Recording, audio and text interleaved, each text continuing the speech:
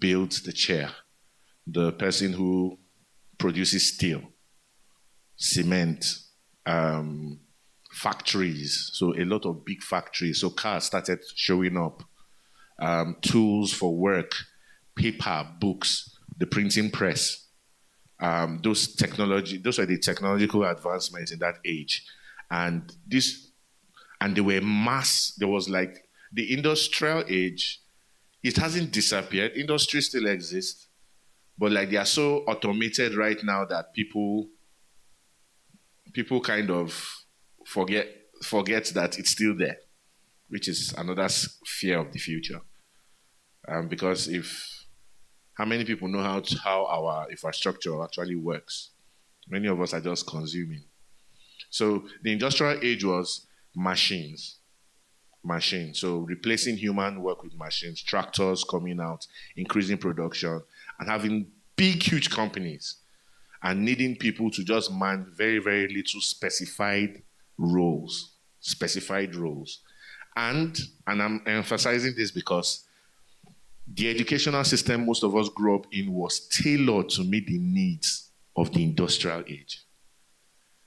So that's why it was, let's do secondary school, have general information, start to specialize in senior secondary school, get to university, learn one thing, and you come out, you get a job, you get a pension, you work 30 years, you are taken care of when you're old, the job can pay your school fees, everything was industrialized, government handled schools, either it was free or it was subsidized. Basically, in Nigeria, the 1970s to the 1990s, I guess, in a sense, in terms of functionality. So people will just graduate, get jobs. The older generation, they graduate, some go abroad, school, come back. At the ship, at the dock, recruiters are waiting for you. Those kind of things. It was normal because so many courses were outlined because people needed to fill specific roles. You needed someone who will go into the office and just man a machine, someone who will do inventory, someone who will do this and that. And so we needed so many workers, and we created an educational system to handle that. But then we moved into the information age with tech disruption. The age where we started to move from the industrial worker to software, IT, the internet showed up. And then we started to be very, very global, right? The boundaries between countries were broken down. So now we are chatting with people across board. And we are at the tail end of, some people say we are still in the information age, some say we are just at the tail end. And some start to give different names. If you go online, you see different names. Someone said the conceptual age, some said the age of intelligence, where now we are going into an age where almost everything is available. And now it's a question of your difference, how you can analyze things, how you can create new playing fields for what exists already, how you can connect people, how you can drive ideologies and thinking around how nations should work. So those are people who do things like that are the people who are now leading us into the next age. And this is important when we talk about the questions like why people don't get jobs. So the university system was like a cog in a wheel, right? Just produce this many graduates with this kind of basic standard knowledge.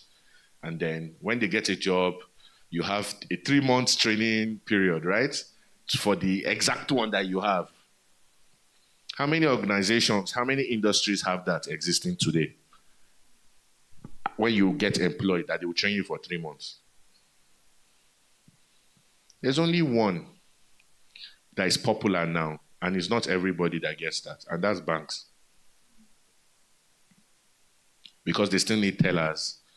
They still need people to do some operational stuff. And very soon, those jobs will disappear, right? So it's just the clear-cut case of where we are in terms of the world of work, is that things have changed. Things have changed. And now, rather, you can't just come out of school with that knowledge. Nobody's going to now give you a 3 month, 1 year training period. In fact, there are times before it's 6 months. I mean, in the federal civil service, right? It's almost a 6 month training period when you come in before you become a full staff, right? So the idea then was to have that training period and then specialize and then grow based on the needs. Now, no one's going to help you specialize. You have to come with the skill. We are now in a skill-based economy. It's a skill-based economy. It's not, for example, I don't think I've ever gotten a job because of what I read in school. And I'm sure many of us, there's so many jobs. There are some courses that we joke about that once you just finish, graduate, it's bank straight. You just graduate straight to the bank. I mean, we're churning out people with microbiology, zoology, lab science. How many labs do we have in Nigeria that are functioning properly? Right? So many courses that people are not applying because the frameworks to absorb them don't exist anymore or are fading out. So this is where we are. We are in the information age where we are in a different economy which is skill-based.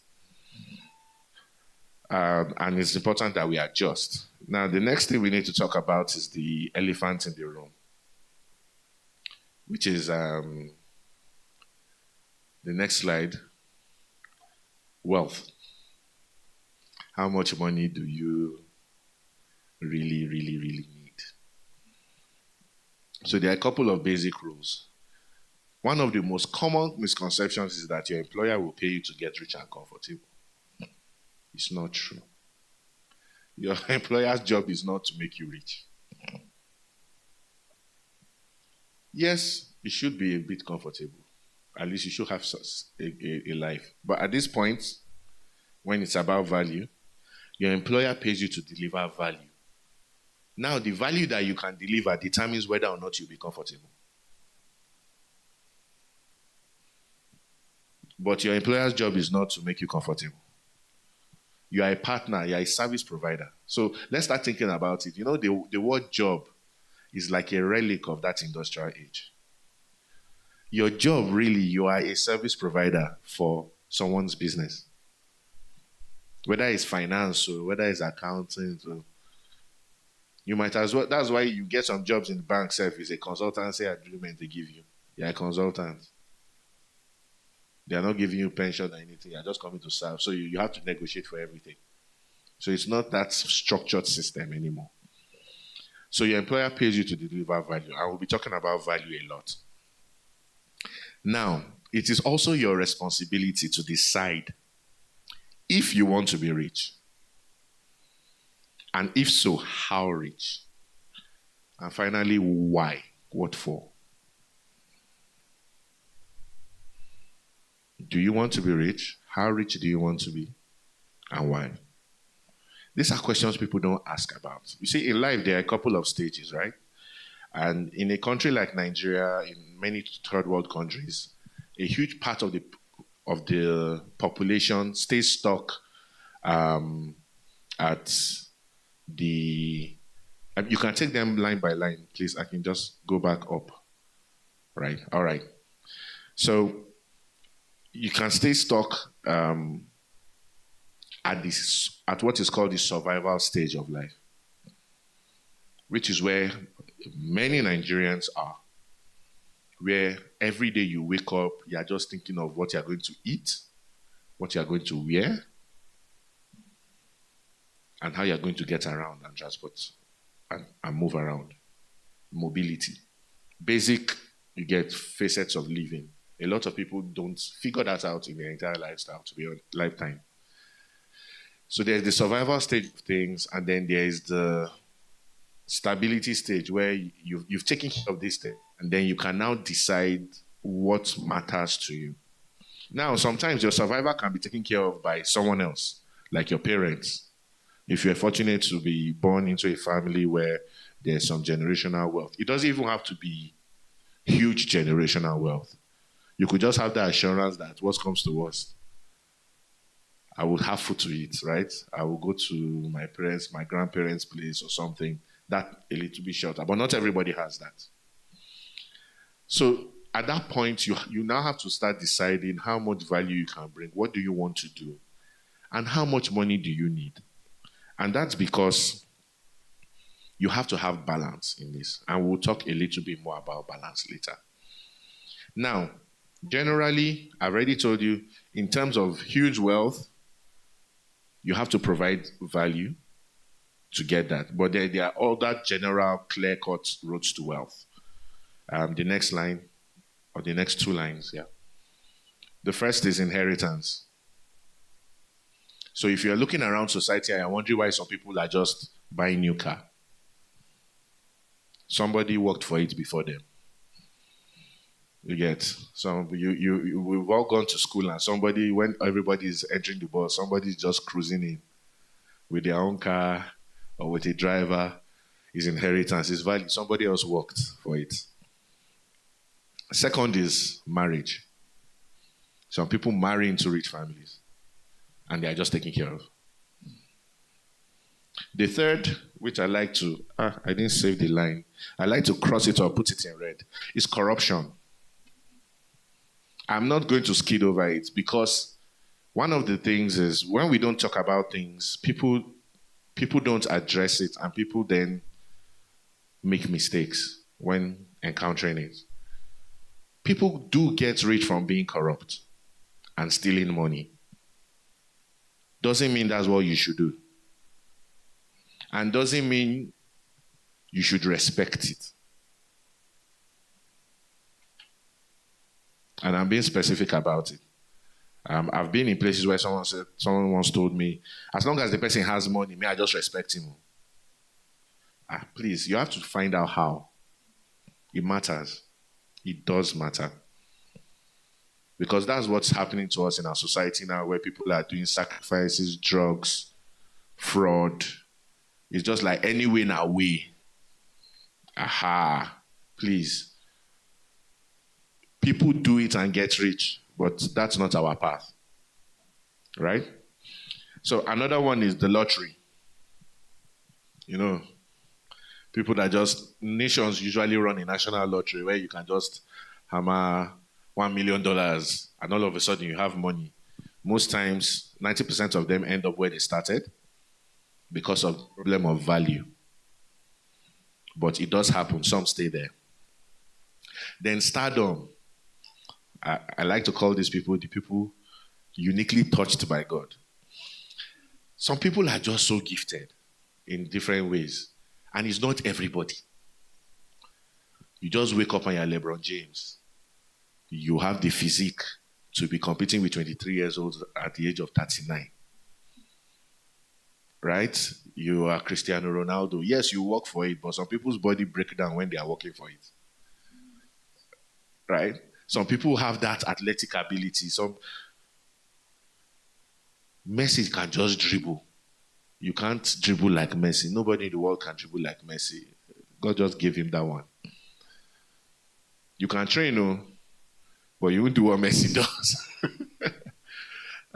Some people have some voices like the guy I like to call the best singer in the world, Dimash. Who knows the guy? The guy from Kazakhstan, Dimash Kurbaian. He has a very long name.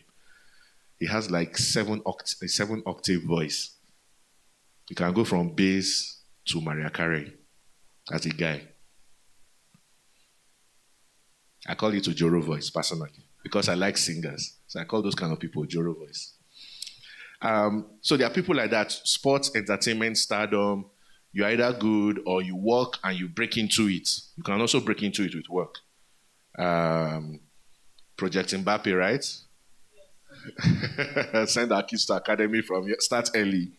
So you have things like that. Sports and entertainment, because you are a star, because you are the 0.1% of the population that everybody's looking at, you will be rewarded with wealth for it. You don't have to do anything. A basketballer earns annual wage. Average, like if you are not Supermax, if you are like, okay, like, but you are good to reliable to your team, you can be earning like $16 million a year. Base salary. Not even endorsements and all those kind of things, sneaker deals.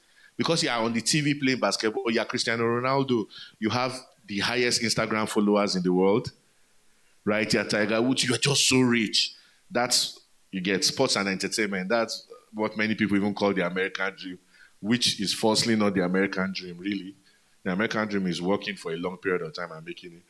But many people like, let's make it out of the hood. Let this guy just play basketball or play American football or baseball and we'll be set. So people get rich from that. Stardom, sports, and entertainment. The Wizkids and Davidos.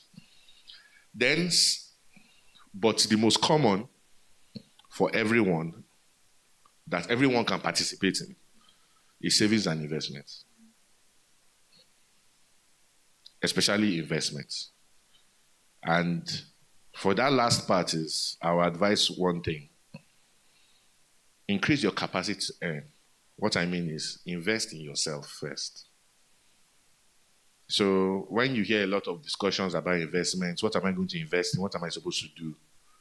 The first thing you should invest in is you. Take courses, learn skills, make yourself valuable. And I'm saying this because the money game is rigged to multiply more money. That's just how it is.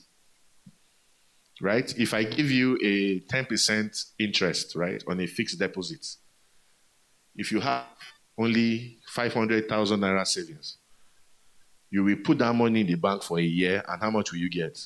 50K. But if I have 100 million naira in my bank account, and I put that in a year, what do I get? I get 10M. Same vehicle, but because I have a huge amount of reserve cash, I can just keep my savings there and live on 10M. That's more than the average Nigerian's annual salary. So that's how it is. And it's not just a human thing. It's value goes to the person who can multiply it at the highest level. Remember in the parable of the talents, what happened? 5 made it 10, 2 made it 4, 1 hid. When they took the one from 1, who did they give it to? Why did they give the one with 4? It always, see, resources always chase the people with the highest capacity. It's just how it is. That's why the rich keep getting richer. So when you accept that paradigm, then you understand that the real game is you versus yourself. And that's why I say the first thing you invest in is yourself. Because at every point that you grow yourself to, if you lose everything that you have, in a year you'll probably get back there.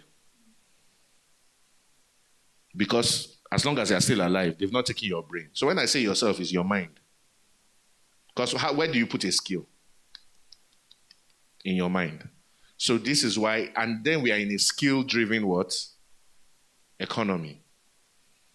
So if you wonder why rich people just stay rich, it's because when you have more money and you can multiply more money, the bank will give them more money, will give you more money. Yeah, because they can multiply easily. So it's just the principle. And you can say maybe it's unfair, maybe this and that. I mean, I was in my work. I had a training recently. I was teaching participants in my program on funding, and we had different types of funders. We had non-profit funder come and talk. We had the venture capitalist come and talk. We had impact investor come and talk. And the VC just said the pump and play. Someone asked the question like, some people have figured out the business. They know how to grow the business. They've been doing it diligently. And then some people just come with some fancy idea and they just see they've raised the seed, or they've raised money of $2 million. They just keep giving them 2 million, 5 million. And a lot of them are not working, right? You see them shutting down. And they're like, why? And the VC said, I'm sorry, that's just how it is. Because they will take a bet on the business that can scale 10x, 10 times. That's what they want to do because they are holding people's funds. And their own is to, if I pick 10 people who say they are going to 20x the money I put there. If 9 fail and 1 works, it covers all the money that I spend. So that's the game they are playing. And many of these games are pragmatic. So you have to really up your capacity to function. So somebody starts a business, worth billions, the thing folds up. The next morning you hear that somebody has given him $500 million to start another business. You're like, but this guy failed the last time. Can you fail at $1 billion? What's your capacity to fail? That's a very big question. What's the biggest thing you failed at? How big can you fail?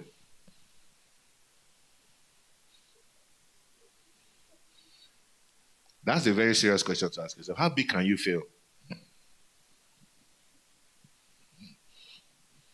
All right, so that's it about wealth. And then you have to understand, for countries that have a steady, stable stock exchange, early investing in the stock exchange could be good over long term, like 10, 20 years, is another way to build wealth. Now, finding balance. The next slide. And this goes back to the question of how much money do you need? Why? In our lives, right, the individual has to think about what we all are passionate about something. We have our philosophies, our faith, our objectives, what we want to achieve in life. Our entire life is not just to make money. That's not the essence of life. But money is a very important part of life and our career and our work. But that's not it. So you are trying to balance passion. You are trying to balance existing alongside other people. So your nation building and social engagements, you have to balance that as well. And you have to participate in your community.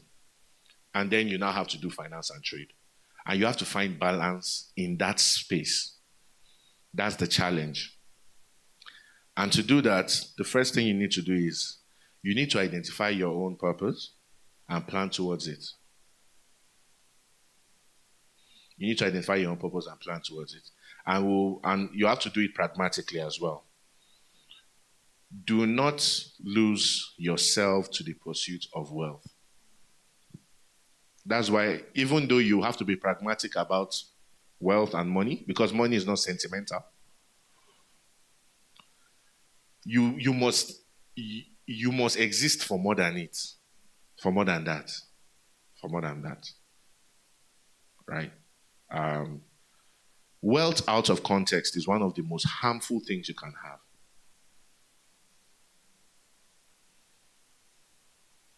There's almost nothing more dangerous than having money you don't know what to do with.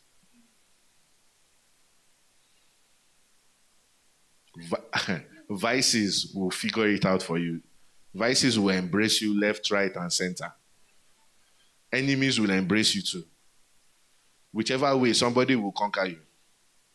Either your enemies or your frenemies or your own person, yourself, you conquer yourself.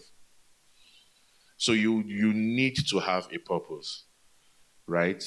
If you can't give a detailed answer to the question of what, if I had $10 million, for example, if you can't give a detailed answer of how $10 million will be spent from beginning to end, then you are not qualified to have $10 million.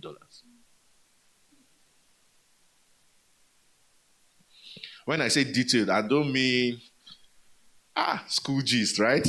Or more, if I get 10 million now, I could just put half in savings.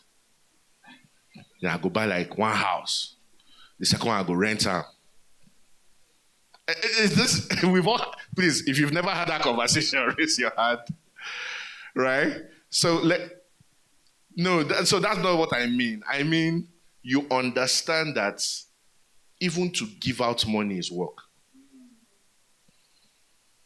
If somebody gave 1 million and said, go and buy food and distribute to an IDP camp, do you know the planning it takes to distribute food worth 1 million naira? You will need people. You will need a supplier. You will need a transport. You will need coordination. Right? You will need security. Even dashing out money is hard. Not to mention creating value with it. And so if you cannot itemize any sum of money, what will happen realistically with it, then you are not qualified to handle it. And if you get that money, you are going to burn it. And when you burn money, most times you will burn it on the wrong thing. That's when ideas will start to enter your head that you've never thought about before. Holidays.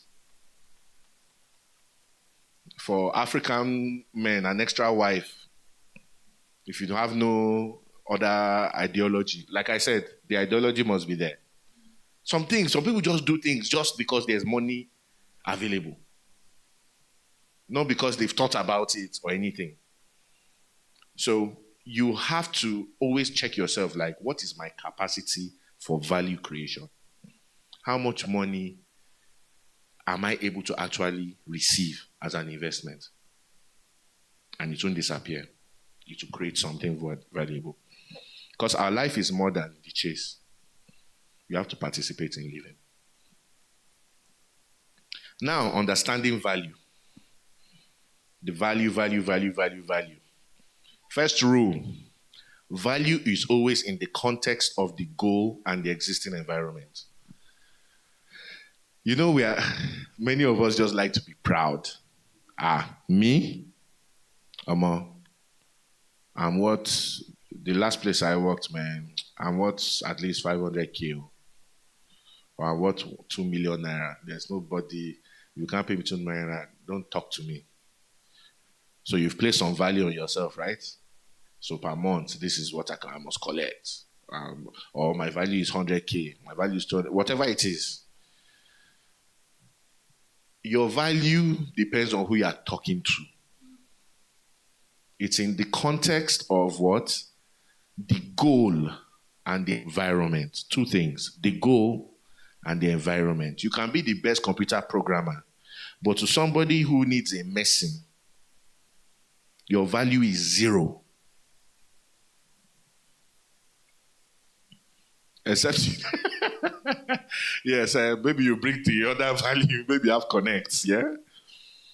But to the person is not going to do business with you. Except maybe you have another type of leverage, like a connection or something, I want to. Or then, that means the leverage you are bringing is not your ability as a programmer. It's your ability to help him recruit. Him or her. So value is always contextual. The question is, so many times people come, this company, they are not paying me enough. 2 questions I ask is, what's the company's objective? What's your role in that objective? And how important is your role? That's the 3rd question. Like, what's your value to your company, to your organization, if you're in a career? If they fired you now, how hard is it to get your replacement?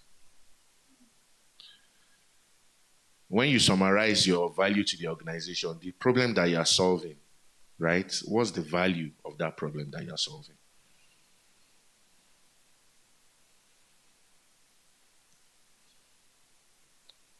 Let's use banking, a very popular one that people know, right? If you want to go very far in the banking ecosystem, how many people are familiar with banking here? At least have friends. When you're entering banking, there are 2 parts. Who knows the 2 parts? Marketing and operations. Some will say, I want to rise high, so I cannot do operations. I have to do marketing. It's a valid statement. Some will say, I don't need too much money. Like I said, you must know how much money you want. So operations. Do you know why? So operations, you enter, maybe you're a teller, you're a customer care person. At the bottom level, easily replaceable. You get very good at doing your job. You increase your value. You start learning how to manage people. You increase your value. Your pay starts going up. You get promotions. By the time you get to the level of maybe running a branch, your operational efficiency as the operational officer of that branch has ended. The next step is maybe regional operations, which most times, so you move from a space where there are like 70 branches, and then the regional operational position is just 3 or 2. So when you are calculating yourself on how you will rise in operation, you know that there's a cap. The odds that you will be moved from that, all your 70 colleagues, to taking 2 positions, or moving now to being the CEO at the HQ, are very odds. So all of you, 100 of you, are fighting for 5 positions or 6 or 7. Or let me be generous and say 10 if it's a very big bank. Right? But on the marketing side, you are getting commissions, you are growing. The moment you are bringing in high value money, boom, you are in charge of multiple branches. Boom, you are a regional head. When you are a regional head, you are not just earning a salary, you are earning a profit share of all the business everybody else is doing. People don't know that. People think the bank manager is the person that is flexing. No, it's the person you don't see. That is in an office looking at screens, but is deciding why? Because that person decides the bulk of the money that comes in. Right? And so if you're in sales, sales is the lifeblood of your business. And salespeople usually are paid more than everybody else. Right? So it's a pragmatic question you have to ask. So what is the stack? It's called a skill stack. What is the stack of this line of work? And what is the stack of this line of work? What's the ceiling? There are ceilings. It's not a sentimental thing. The person will look at you, Brad, this is the highest salary I can. There are others that they can hire. So you have to think about that for your space. Am I in a high leverage market? Am I in a low leverage market? What is the going rate in the environment? Remember, I said the environment. So this is the environment we're talking about. Then the second one is the goal. So the organization itself, what's it trying to achieve? If an organization is not trying to achieve profit at a high amount, there's also a cap on how much they will pay anybody. Right? Depending on the type of place you work, the opportunities vary. And so it's about being deliberate. So many times, because we've been groomed for the industrial age, we just come in, I must enter, rise over 20, 30 years and retire. But it is not so anymore. One of the problems I believe personally we have in Nigeria is that our public service works like an industrial age complex. You enter, 3 years, you are promoted, whether you are valuable or not. Well, you pass an exam, and the person that is killing it in the workplace, doing great, there's no difference. So it's a longevity competition. You know, when I enter service, these guys that just entered, how can they even hold that special position? And that's when they start hiding files, start fighting fights that are unnecessary.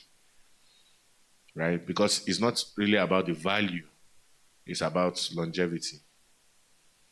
And that needs to change. So your value is always in the context of the goal and the environment. It depends on who you are talking to. The person who is trying to generate 1 million naira, and out of the 1 million naira, the value of the quality of the graphic design of the product is just like 10% of the 1 million, which is 100,000. Then you come as a consultant and you say your fee is 500,000. It's not about who you think you are. It's about the value that you can bring to what the person is trying to achieve. So you're probably too expensive for that person. That's not your market. The person needs to go and find a person that can deliver at that value. But if you choose to deliver to that person, you're going to deliver it at the level that makes sense for what the person is trying to achieve. And this leads to another thought that I need us to always remind ourselves of, thinking about value, business, and skill, is that it is not about you. You need to get over yourself. When you're in a career, it's the company. When you're in a business, it's the customer and the business itself, the lifeblood of the business and the clients, the customers that you're serving. In most things in life, as a general principle in life, you need to just take that humble pie and accept that the world does not revolve around you. and that you have to negotiate for everything and understand your place in everything. Then you drop an entitlement mentality. And the moment you drop an entitlement mentality, you can actually pragmatically think about why your situation is how it is and how you can take it to the next level. So that's something that we all need to think about.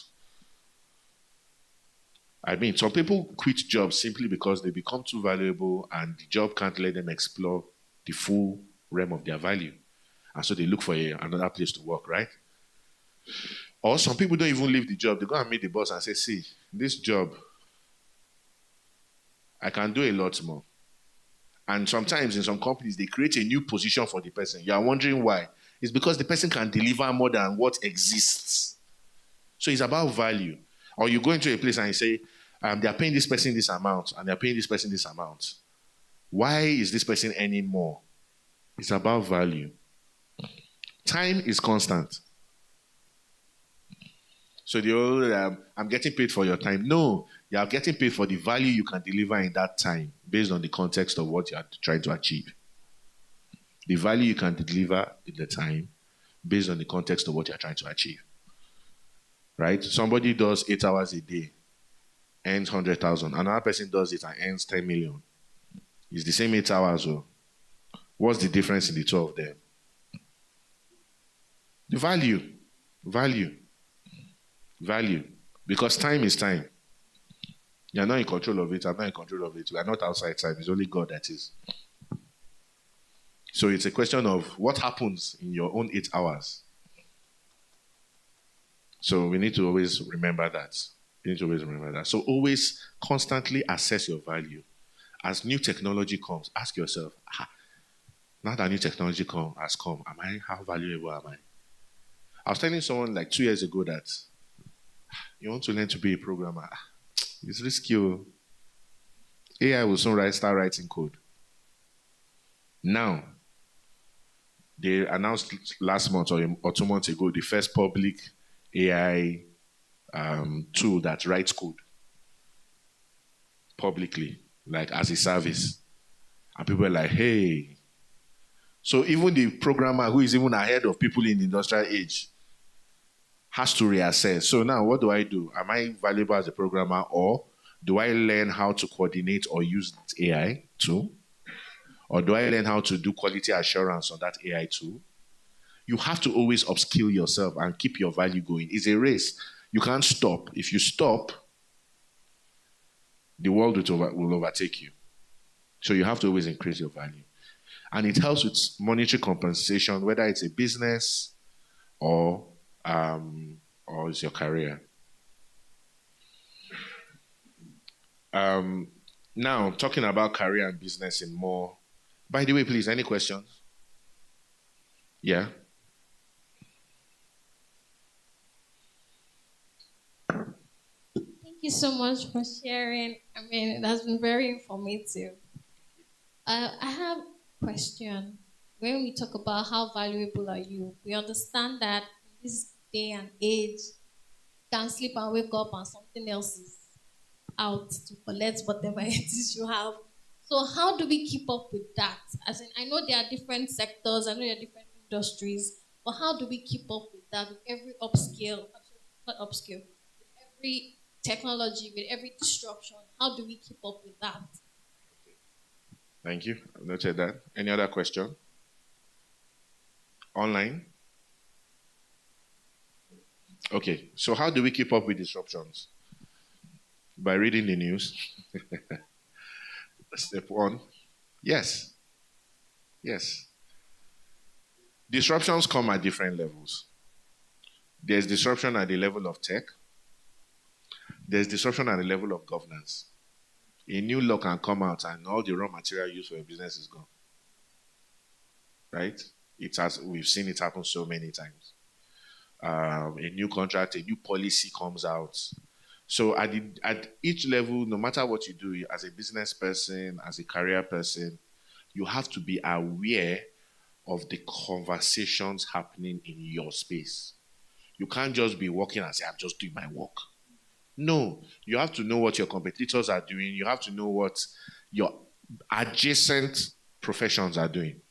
Because there's no profession that is just totally exclusive, right? You are working hand in hand with some people. So, for example, you're an accountant, and then someone is doing admin, and then there's QuickBooks, and the admin person can learn QuickBooks, which is a tool for accounting. If you don't look at what the admin or the ERP software that is being built in that space, it will affect you if it is not the primary goal to affect you. You have to just be aware of technology advancement, and that is why what you consume matters. What podcasts are you listening to? What news? Are you just listening to? A pet peeve of mine is Nigerian politicians. Most of the time is drama they're acting for you. It has not very little to do with the policy that they are supposed to do. But everybody is discussing politics. And if you check it, and I'm in the business of media, so the most viral, after entertainment, the most viral content audience grabber is political discourse. People just like it. That newspaper stand conversation. People just like it. This politician is doing this to Enrique and this person, all those kind of conversations. What does it have to do with you? Why are you spending time there? The industry leader in your space is giving speeches. He or she is on YouTube, attending conferences. They are uploading these things. Webinars are happening. Are you joining them? Are you networking with people in your space, people who have gone ahead of you? Do you understand the conversations that are happening? So you have to monitor the progress in the space where you are of people who are getting things done. Because it's people like you and I that create the technological disruption. It doesn't come from the sky. And then when you get to a level, you yourself start to disrupt. Right? We have agency in this world. We are not always the receivers of what other people do. We can be the ones acting. So we need to understand our space, always monitor our space, and that's how we keep up with what's going on. And then doing that self-audit every year as you're planning for your year or you're planning for the next 2 years or 3 years, you have to always audit yourself. Like, what's the cap of this business I'm doing? What's the value? What are the employment figures? What's the value of what's going on? Just sometimes even just looking at your space, your environment, looking at colleagues in other companies, you can gauge how things are changing, right? Little by little. So also, cash flow quadrants. How many of us are familiar with the cash flow quadrants? Really? How many people have read Rich Dad Poor Dad? Okay.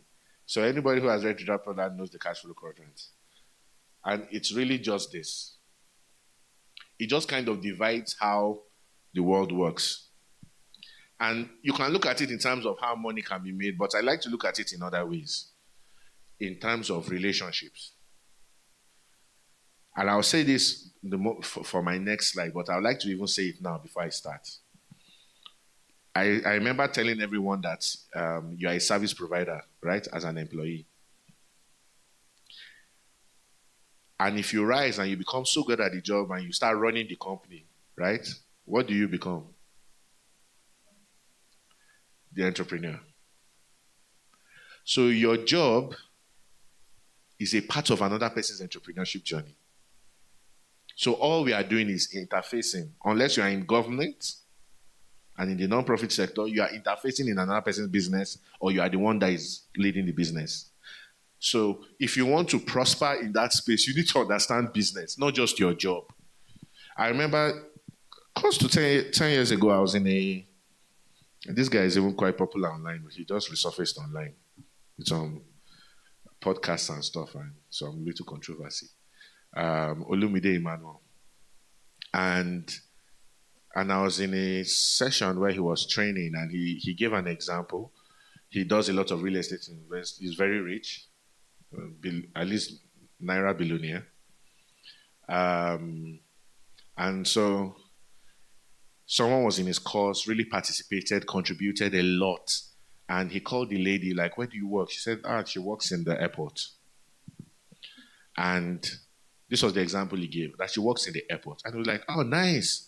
I've been thinking about going into the aviation business, like either owning a private jet company or this thing. Like, auntie, how do we do this? She replied in Yoruba. My Yoruba is terrible, so I'll say it in English. And she was like, no, it's just admin I'm doing there. And he just put his head down. I said, hi, share, gone. Thank you, no problem. And he just moved on. That was an opportunity to be a business partner. And she had worked there for like 20, 30 years. So the point is this. You are not just a staff. Let's move away from that industrial age. You are not a book pusher. You don't even have to rise to the top. Like I said, you choose. You choose where you want to get to. But understand where you are. And be conscious of the world around you. Be curious. Be curious. Some people don't even understand the next department in their office. And then you're always fighting with the head of the department there. I sent this thing. Didn't treat it on time. I sent this. You don't understand whether or not they didn't even have the time to treat it on time. You get? Or how, let me use football. How many of us see the CBS thing with Henry, Micah Richards, Carragher, and Kitabdo? There was a time they were talking about Henry was giving advice on how to be a good striker and how Wenger spoke to him and he was complaining because he's the star and they weren't feeding him the ball the way he wanted. And Wenger called him aside and told him, you need to start playing with your other players. He said, when Dennis Bergkamp is with the ball, how do you position yourself to receive the ball from Dennis Bergkamp based on his skill level? It's different from how you position yourself to receive the ball from Ljungberg, who is running with space and probably going to pull the ball back or cross it. Bergkamp will give you the pass wherever you are. Ljungberg will put the cross.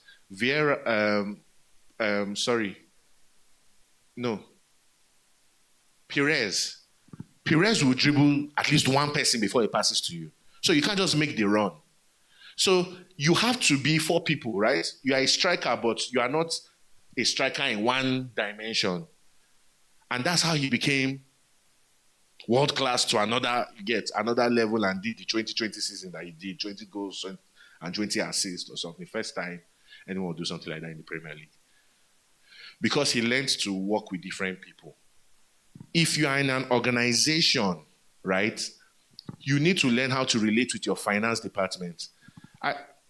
An organization I used to lead, the comms department was so overloaded, and they came back to me and said, we have to send a memo to everybody that you can't just reach out to anyone in comms for anything you need. Because there are so many events happening and you need them to do flyers and things like that. And so we had to create a structure where you send the request to the head of the department, and then the head of the department, based on priority, how close the event is, knows how to allocate the different tasks to the graphic designers on the team and all. And so you want to get your job done. There are 7 other requests coming every 2 weeks. How well do you package your own request? Do you just send an email and say, I've sent my email? Or do you send an email and then go to the person's office and say, see, I sent the email, but perhaps he can't explain everything properly. This and this and this is what I really want to get done. This and this is what I really want to get done. That has erased some to and fro in the future, right?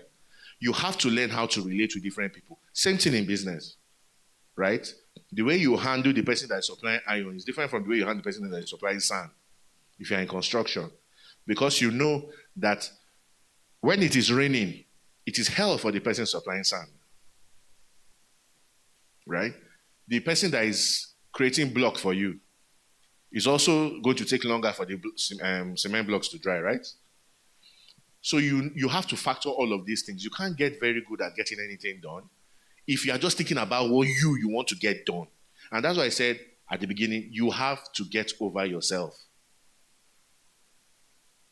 And so one of the biggest skills that are highly, which we will get to later, is collaboration and teamwork. One of the biggest and most important soft skills in the marketplace now is collaboration and teamwork. And that's what it means. It means thinking about the other people in the team and not just yourself, and thinking how to make sure that that relationship is working. That might be the difference between you losing all the clients that you're working with and you getting referrals. So back to the, I'm done with my rant. Back to the cash flow quadrant. So the cash flow quadrant, you can see four sectors there. You have one, employee, self-employed, business owner, and investor. You need to know where you are. If you are not an employee, it's easy to know if you're an employee, right? So that's covered. If you dey hustle, and if you are sick, the work stops, you are self-employed. It's that simple. If you cannot walk away from your job for a month, 2 months, and money continues to flow, you are self-employed. Even if you have 5, 10 employees or consultants that are helping you or contract staff, you are still self-employed. The moment you can walk away from a business and it's working is the moment you become a business owner.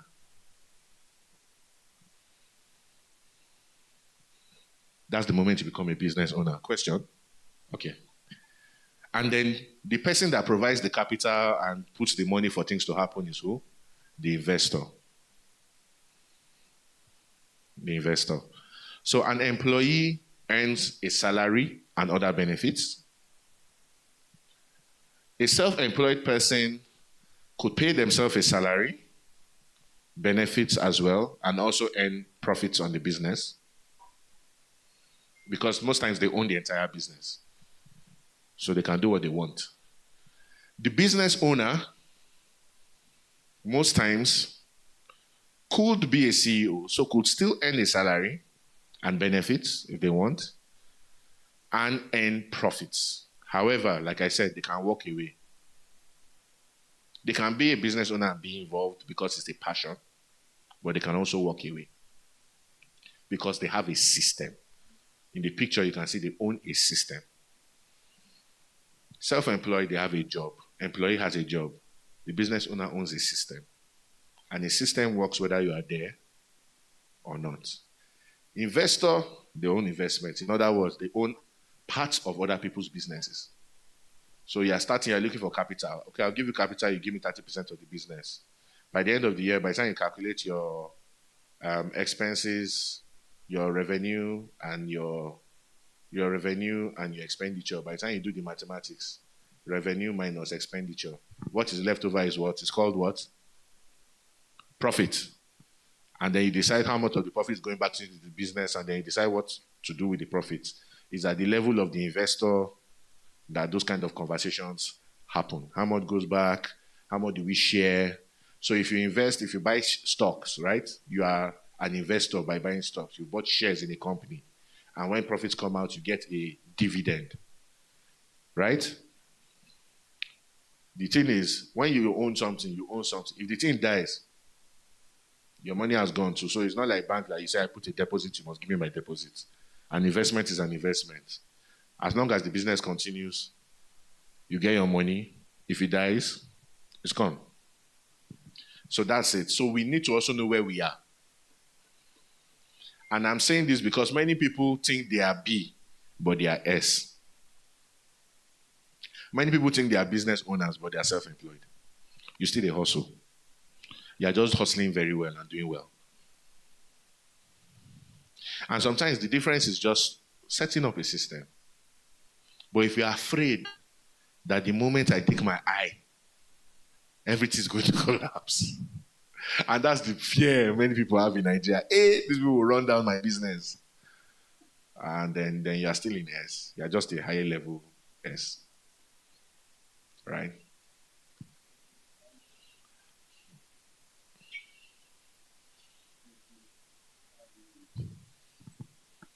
For the business owner, how do you set That's structure. Okay. Put it in your mouth. Okay. But you get the question. If All you are right. not there, how do you set up that system? Yeah. All right. So structures are set up to do a couple of things. So purpose comes first, right? Structures are there to ensure that there is accountability, there's operational efficiency, right? Accountability, operational efficiency, and automation. Accountability, operational efficiency, and automation. What that simply means is this. When you have a system, the system has to make sure that people are accountable for what they do or do not do. That is why when you have an employee, there is performance appraisal, there is a supervisor. That's why you can be suspended at any time, you can be fired, right? There are rules around what you need to do when you are doing your job well or not. So you now have to start putting in structures like job description, you get, or you get the duties of different roles. That's what you now start to do, which is how you create accountability, right? And knowing the priority, which role is more important, right? So I said accountability, what? Operational efficiency. The service that you are providing or the product that you are providing is key. Now, have you created a system that ensures that that product moves regardless of whether you are there or not? So when you set out the accountability, as part of your operational procedure, does the person know that when I'm done with my work, I'm supposed to hand over to this person? Right? And this person knows that this is what he's responsible for. And the person supervising them knows that they need to talk to this person to check that this thing is flowing. And then by the time you start to put in those operational things, you tweak it, keep improving the system where you spend less money to get your product out, ensure quality products are produced, right, at lesser cost. Is a business, right? Quality at lesser cost, and you get, of course, quality control. That's, you have measures for that. By the time you figure that out, you have practically almost automated it. So when I say automated, it doesn't mean it's machines. I mean it's people. But you can audit it. So if a product doesn't get to a customer, you have a procedure of how the product goes from production to the customer. And you can check where the break in transmission happened, or which one was behind time. So you now see that it's not about the fine margins. And that's why I said efficiency, operational efficiency. It's fine margins, doing things better, doing things smarter. That's where allowing your team to be innovative comes into play. Somebody might have an idea of improving something. At that point, that people can have ideas in your business, you are really becoming a business owner. Before is, I want you to do it like this. You do it like this. You do it like this. That's why you cannot walk away. But when the person knows that this is what I need to get done, the method, this is a guide. If you want to improve the method, there's a procedure for improving it. Now, you can't claim that you are the one that decides how well the production will go. Right? You now value the people that you have. And so you have to now have a HR that knows how to take care of the personnel in the organization.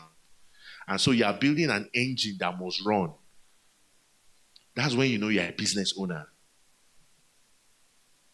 But if your eye is not there, and you know that something is going to break down and you won't know how it breaks down, then you're either still an employee in another person's business and doing one of those quality control roles, or you are just a self-employed person. So that's how you become. You have to get it to a level of automation, operational efficiency, automation, and growth. So the business itself must start to grow.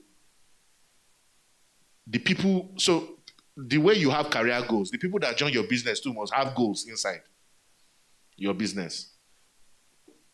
right? So you have to start thinking. So you start expanding your vantage point, producing more, increasing more, earning more, and so you can pay more and pay better.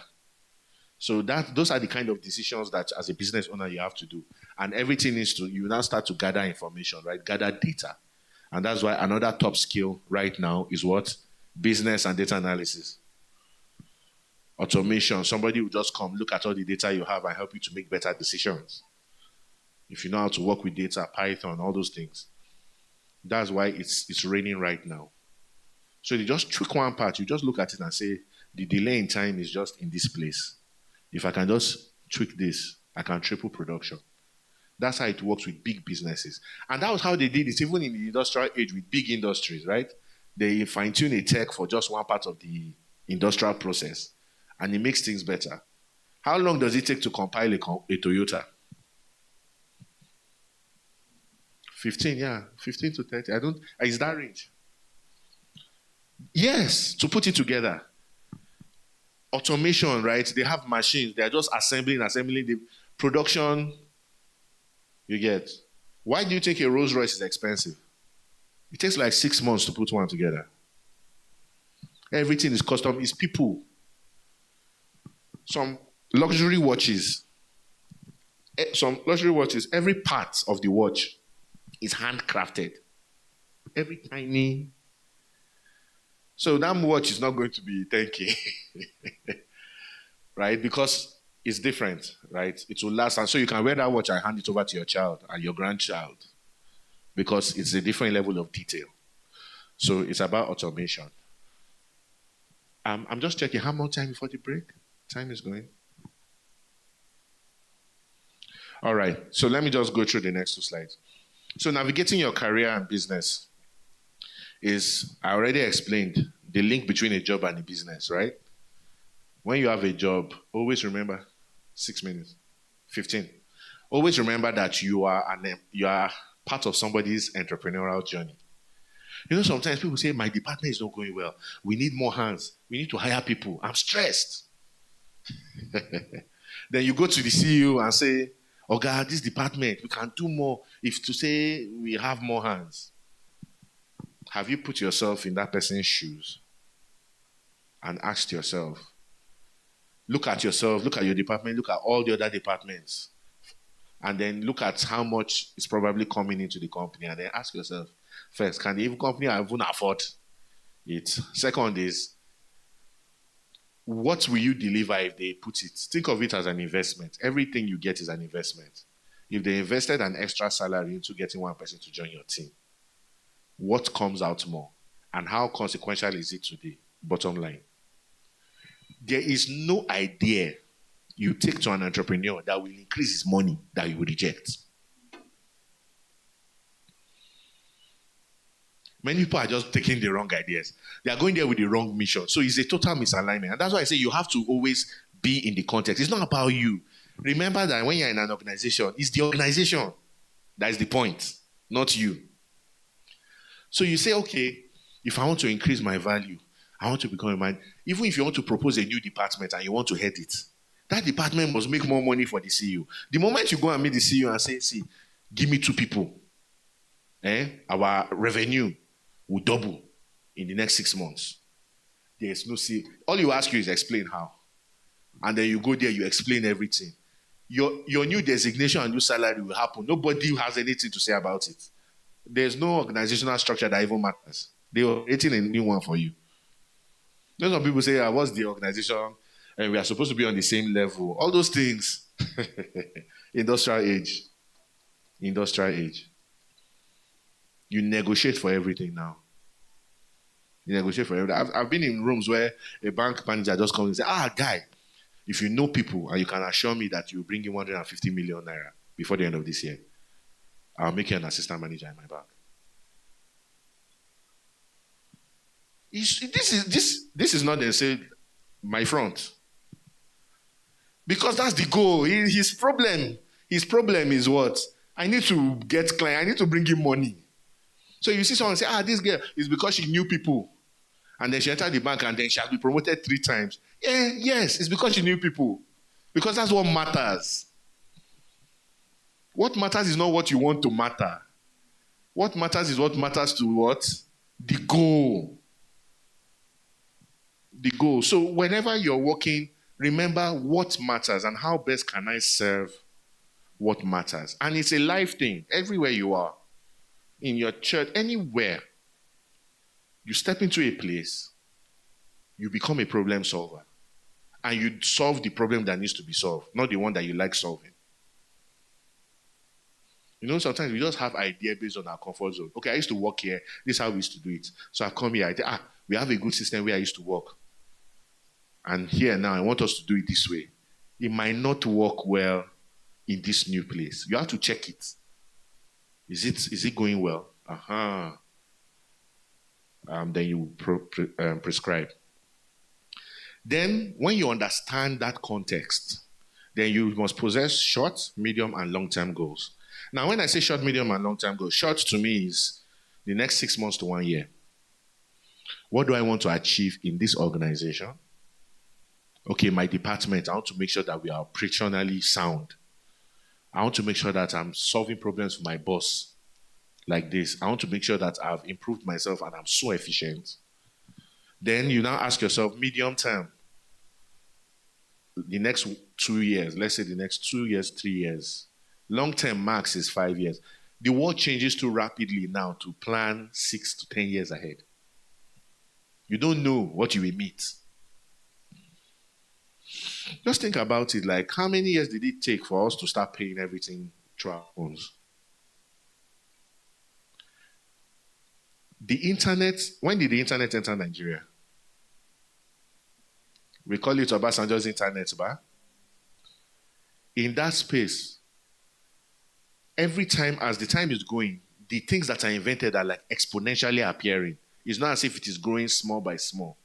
It's like tripling in pace. So you have to be aware so that you don't make, and I always like to give examples. And because I'm a football fan and I am also a management buff, I will give an example of a club, one of the clubs in England I liked. I still like, it's Newcastle.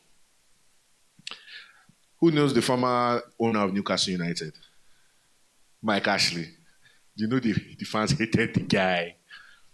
Now, I watched a 1-hour interview of Mike Ashley. And so Mike Ashley is not an Abramovich. He didn't have like cash just laying around. He used assets and all to buy the club. And as an asset manager, he knew how to run an organization. And he had grant. He loved the club. That's why he bought it. So it's not as if he bought it just because he wanted to make money. He actually loved the club. And then he now created plans. He first started with a 6 to 12-year plan. And so they started making some moves. I will buy this amount of players. I'll do this. I will invest this in the academy. I'll do this on the stadium. Thinking that his knowledge of how football clubs were run before that will guide him in the next 6 to 12 years. 3 years later, TV money just changed everything for everybody. Everybody could buy players in the Premier League. Transfers were just flowing in and out. You get academies. Rich people were buying clubs. Man City was bought. Chelsea, all these places, the academies were the best. So he couldn't even get the youth players that he wanted into the team. 2 years into the thing, the whole 12-year plan was a scrap. The 12-year plan was the plan that I used to buy it to. And so it was just managing. Before you know anything, club that had not relegated, I think until they relegated, they hadn't relegated before. It was just them and Villa, so like 2 or 3 clubs that had never been relegated.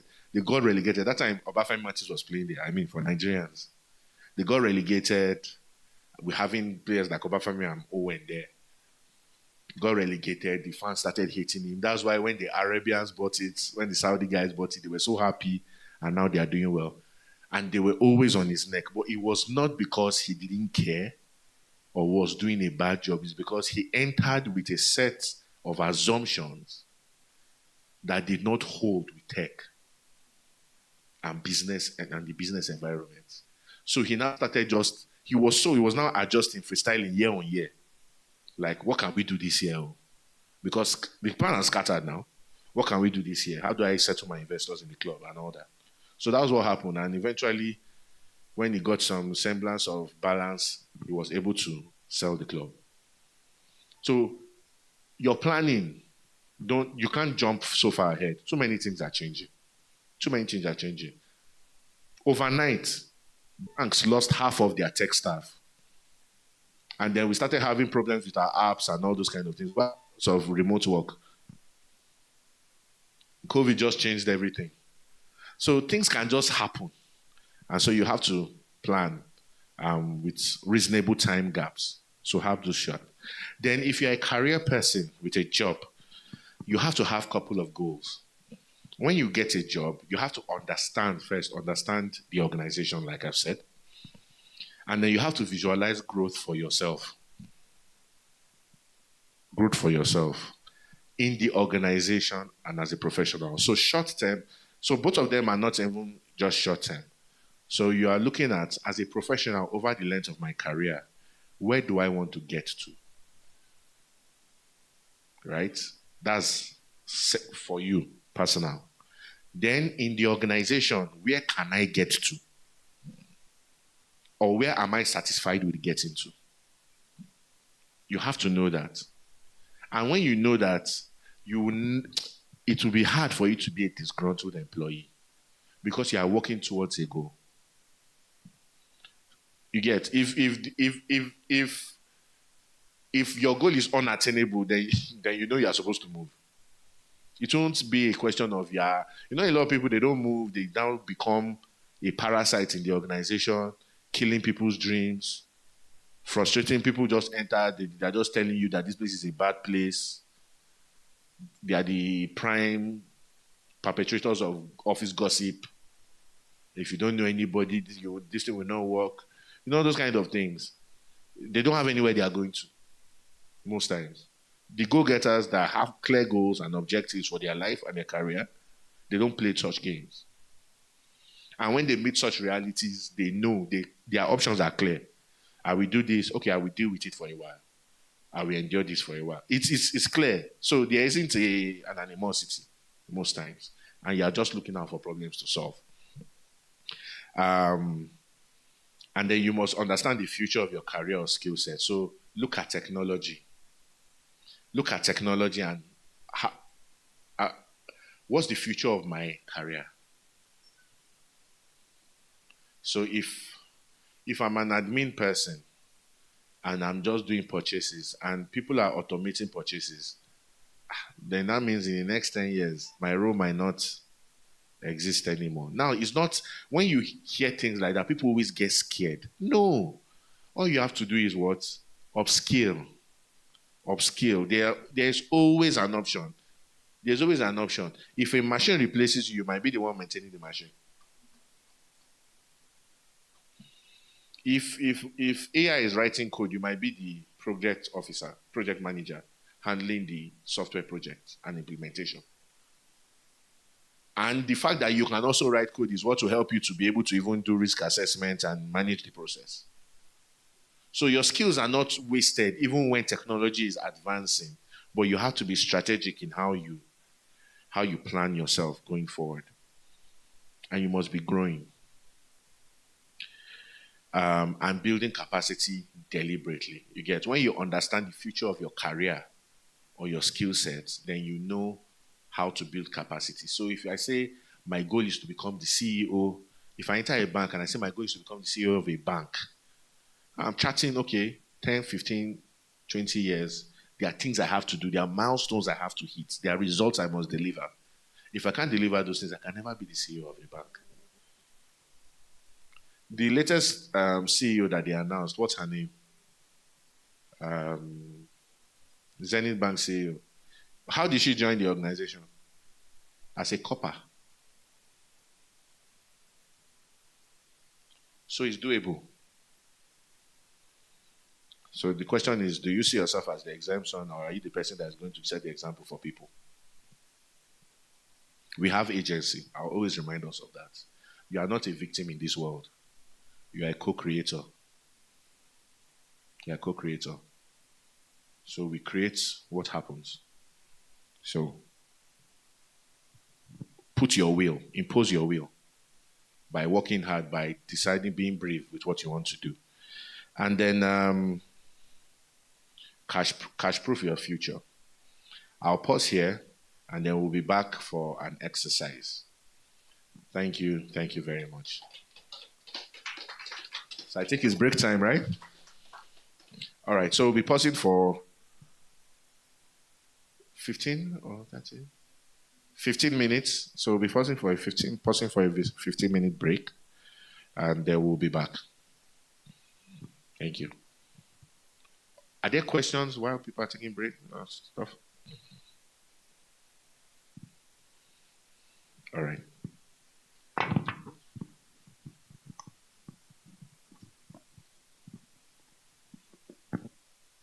Those of us online, if you have questions, please, we can also drop them in the chats. We can take a few questions even as we're navigating the break.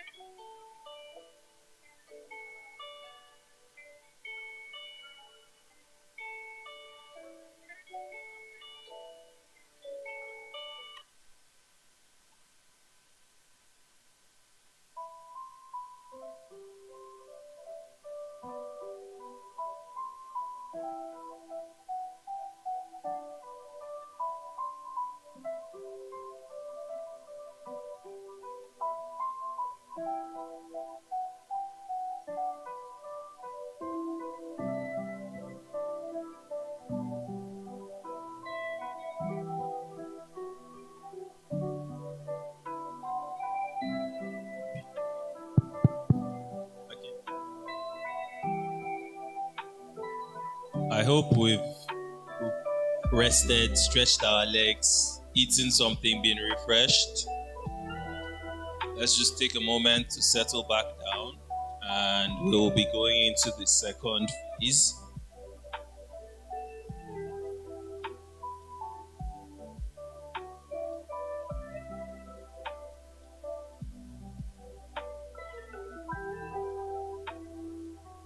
Are we ready?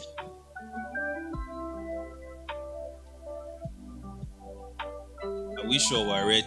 I only heard one person answer me. Okay. Okay, so while we were taking a break, we got some questions on YouTube. I think it will be best to get those questions answered before we go forward. Are you ready for us, sir? Okay. So I'll ask the first question, then when you answer, we'll take the second one. First question says, what is the advantage of believers in the marketplace? I'm not downplaying observation and moving with the trends, but I'm just curious about how we can cause permanent change.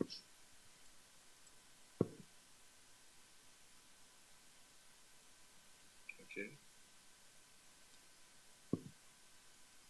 It's just one question? That's the first question. Yeah, ask all of them, yeah. The second one says, as a follow-up to that question, I'm assuming that everyone else would practice awareness to technology advancement, but should we be primarily reactive?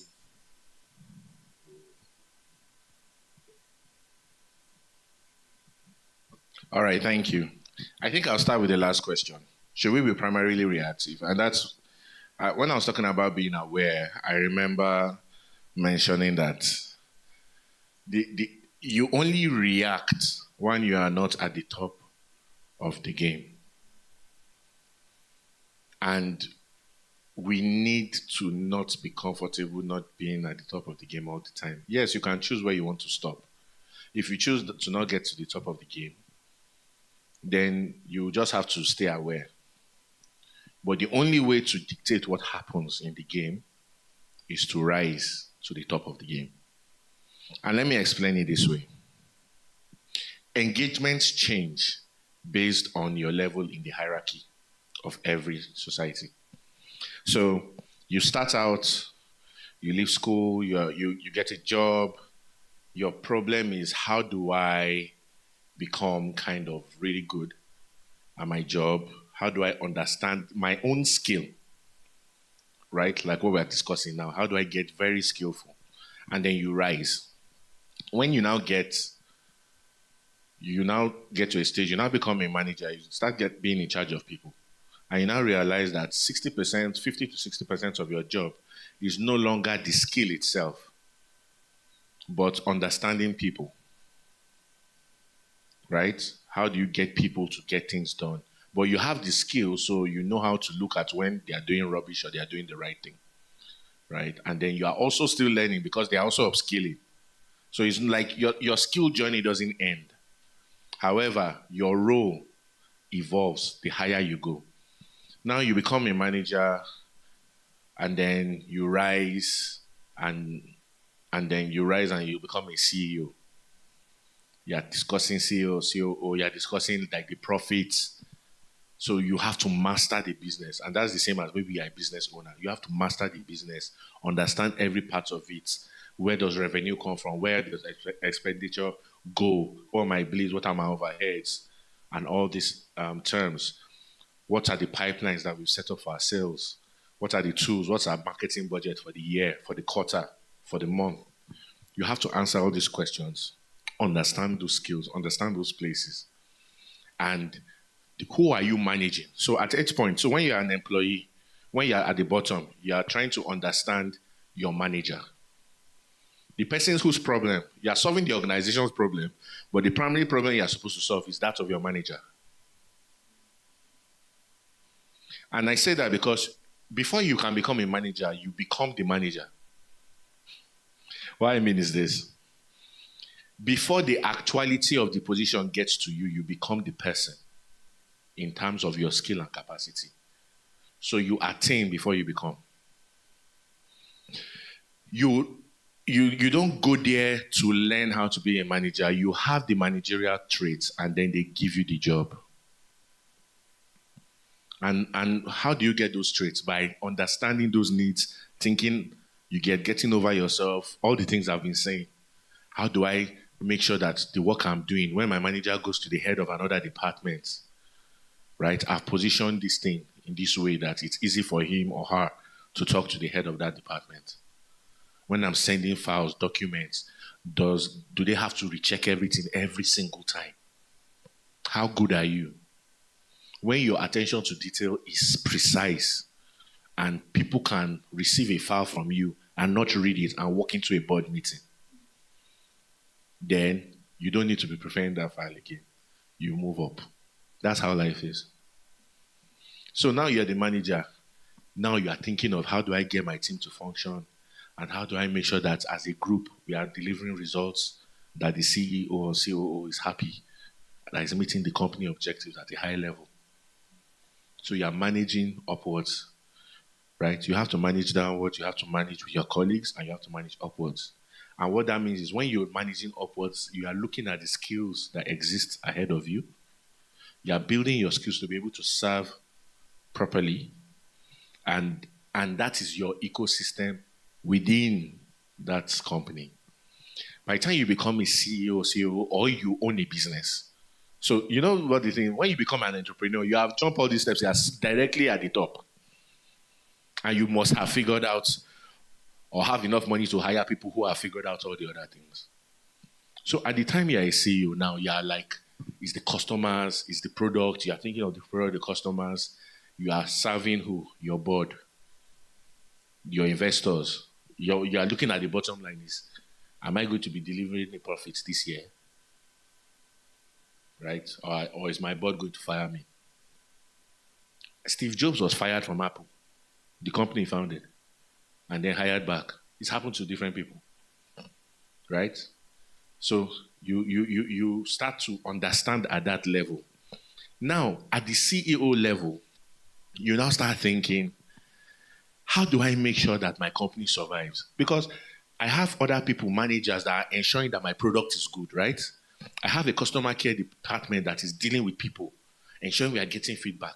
We are doing everything that we can on our end to make sure things work well. However, there's policy, there's government, there's competition. So my job at that level is now looking at what's going on around the space. What are my competitors doing? What is the policy that is affecting the company? So when the minister or the minister of a place or the head of a parastatal calls a meeting or they are doing a conference, you are there as the CEO. You're wondering why CEOs travel. That's why. Because they have to make sure that something doesn't happen above their own head that kills the entire organization. And then when you are there, you are talking with your other peers, you are now in a position to now say, okay, with the way government is thinking. Because the person that is even in government was probably one of you before that is there now. Which means you yourself could be there. Many times we always look at people at the top as if they are a different species of people. No. The person is like you. The person has just upgraded, and is there. You could be the next minister. Just plot the path and pay the dues, the opportunity cost. So you get there, so he's looking around and then now says, okay, now that I can see my competition, all right, we need to pivot, we need to do a new thing. And then you go and do research, get ideas. You see a very bright young person, you hire them. I want this person to come and change things in the company. You know, in the companies, you always get this new guy that they bring in that comes to scatter everything, right? Why do you think they do that? It's because the company, now it might be looking like the company is running well, but the CEO has seen 3 years later that what we are doing that is fine now will not be fine. We need to do something else. And so at that level, they are now preparing and they are now setting the pace. So one CEO now creates a new tool and then everybody else is scrambling. That's how everyone starts reacting. So when you think like, how do we react to the things happening? No, rephrase that question. How do I react to what other people are doing. What you are reacting to other people. You are not reacting to things. There's no things. We are all human here. We are doing what we are doing. So it's either you are the one that is causing people to react, or you are at the mercy of another person's ingenuity. And that's why I keep saying it. You have agency. It's not aspire to perspire. You really can decide to pursue a thing and achieve it. Really, like, even if you have zero skill there now, you just have to be humble enough to accept that you are a novice. But being a novice is not a crime. Being terrible at a job is not a crime. Anything that you start, you are going to be bad at it. You have to just continue. So when you get to different levels, you start effecting things. So it's really about the level that you are functioning. And if you don't function at that level, you do the one you can do in your own space. You disrupt your own space by being extremely good and being the leader at your own level. That's it. Otherwise, you just have to keep up with the others. So it's either you are the one that is setting the pace, like how people are jogging. If somebody is jogging at a slower pace and then somebody just overtakes, people start to follow world records. Michael Johnson set 900 meters in what? 10 seconds, right? Or was it 9 seconds? Michael Johnson's own. 9:98 or so. It's almost 10 seconds. And then, no, before Usain Bolt, it was Tyson Gay, right? Who beat it first? It was Tyson Gay, I think, that beat it. Then Usain Bolt now came and shattered it. And the average 100-meter runner runs faster than Michael Johnson's record. Like the ones that don't qualify for heats, they beat it. So when somebody sets the pace, everybody moves. So that's the thing with setting the pace is if you are not at the top of your game, you will follow. It's not a sentimental thing. It's not a sentimental thing. And it's also not an offense to follow. Right? But it's always good to be at the top. Because when you're not at the top, imagine if the person setting the pace is a malicious person. They go there, they set the rules, set up the industry, and everyone is suffering. Why not you go and set it and be altruistic and set up a framework that benefits everyone? So be the person. You have agency. Now, the advantage of believers in the marketplace, causing a change. God is pretty much fair. If you don't have the capacity, ideas are in the air. If you don't, whether you're a believer or not, we have plenty of believers in Nigeria now. Look at here. If you don't have the capacity, remember what I said, what can you even fail at? What's your capacity to fail? Like, how big can you fail? That's the question to always ask yourself. Like, what's the biggest business risk that I even take? Like, what do people trust me? Like, if I walked into an investor's office, or if I walk to everyone and say, Omo, I need a $2 million budget for this idea that I have. I mean, do people trust you that this guy knows what he's saying? That's an easy check. Like, based on what you've handled in the past, can you walk and say, I've handled this. So give me this and I know how to work on it. So check your own capacity. The advantage you have, of course, is the Holy Spirit. That's always the advantage. You have the advantage. You have I won't even call it the sixth sense, because as a human being, when you start to exercise agency, I call it, you start to control the matrix. Let me explain what I mean by exercising agency. The moment you decide that you want to buy a Toyota Camry, and you've decided it, the next thing is to do what? Get information about it, right? You will just be here. Next thing you will just see that KJ is gisting with somebody about a Toyota Camry. And then you walk there and you meet KJ and he'll give you all the information. Did you go to the future to tell KJ to have information on Toyota Camry? Right? Then all of a sudden, when you're driving, it's only Toyota Camrys you'll be seeing on the road. So you start to see the different specs, right? Start to see different specs. And then the world starts to respond to you. Like I said, you are not a victim of this world. You have agency in the world. You are either exercising it consciously or unconsciously. Some people call that the law of attraction. So you will go, next thing you will see somebody, somebody that knows somebody will just show up with what you need or the information you need. And next thing you know, in 6 months' time, you are clear on what you want to buy, and it's just a question of how much am I saving up? How am I going to get this car? Same thing with business. The moment you just look, how do I want to start doing content too. Before anything, when I thought about doing content, Akin was just there and telling me, DG, you tried to do this. That's nice. So do this, do this, do this, do this. Before I decided to do content, Akin has been there since. Right? You activate resources on you when you take a decision. And when you take decisions, you are exercising your agency. And then you now have that and the sixth sense that guides you. Then you now have the Holy Spirit again as a Christian. To even help you with what you're even deciding to do, even before you go. Right? To even decide what is a worthy goal for you. And then to also help you get there in the most efficient way for your journey. What I mean is sometimes it will be shorter, sometimes it will be longer, but the one that will benefit you the most is the one that the Holy Spirit will help you to go through. Sometimes you need to work somewhere for 2 more years because there are some things you need to learn before you get to the next step. That 2-year delay is better for you. The Holy Spirit will help you see that. Right? So you have that advantage as long as you are going for the right goal in alignment with the mission that God has given you. Right? You cover your end. I like to say this.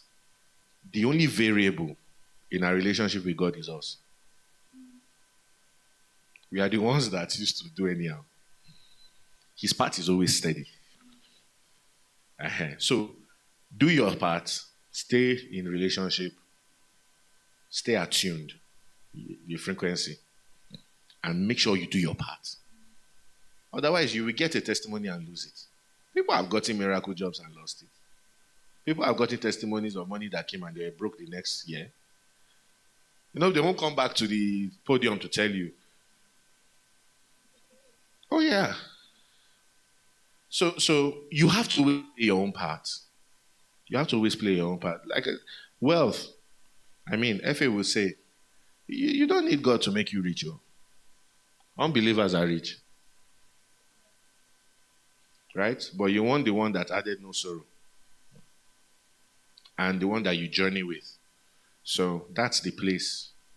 The place is that you get to a place, you get an appointment, you are a minister, an unbeliever, or someone else is a minister, and you are doing your job and you are happy while the other person is stressed. You are both in the same positions, but you don't have 500 million that you bribed to pay back, so you don't have to steal. While the other person is running helter-skelter to raise money. Right? Godliness is great gain. Logically, not just spiritually. Really, really accept that. If you do the right thing, it's great gain. Right. So, I hope that explains those questions. Now, I'll jump to giving a few tips before we do an exercise. So please jump the next slide and jump to the slide after. Called more tips. Yeah. Build a solid CV. If you're a career person and you're trying to get a new job, even if you're not searching for a job at this time, do you know why? It is a way of taking stock. You always have to take stock of where you are. You always have to take stock.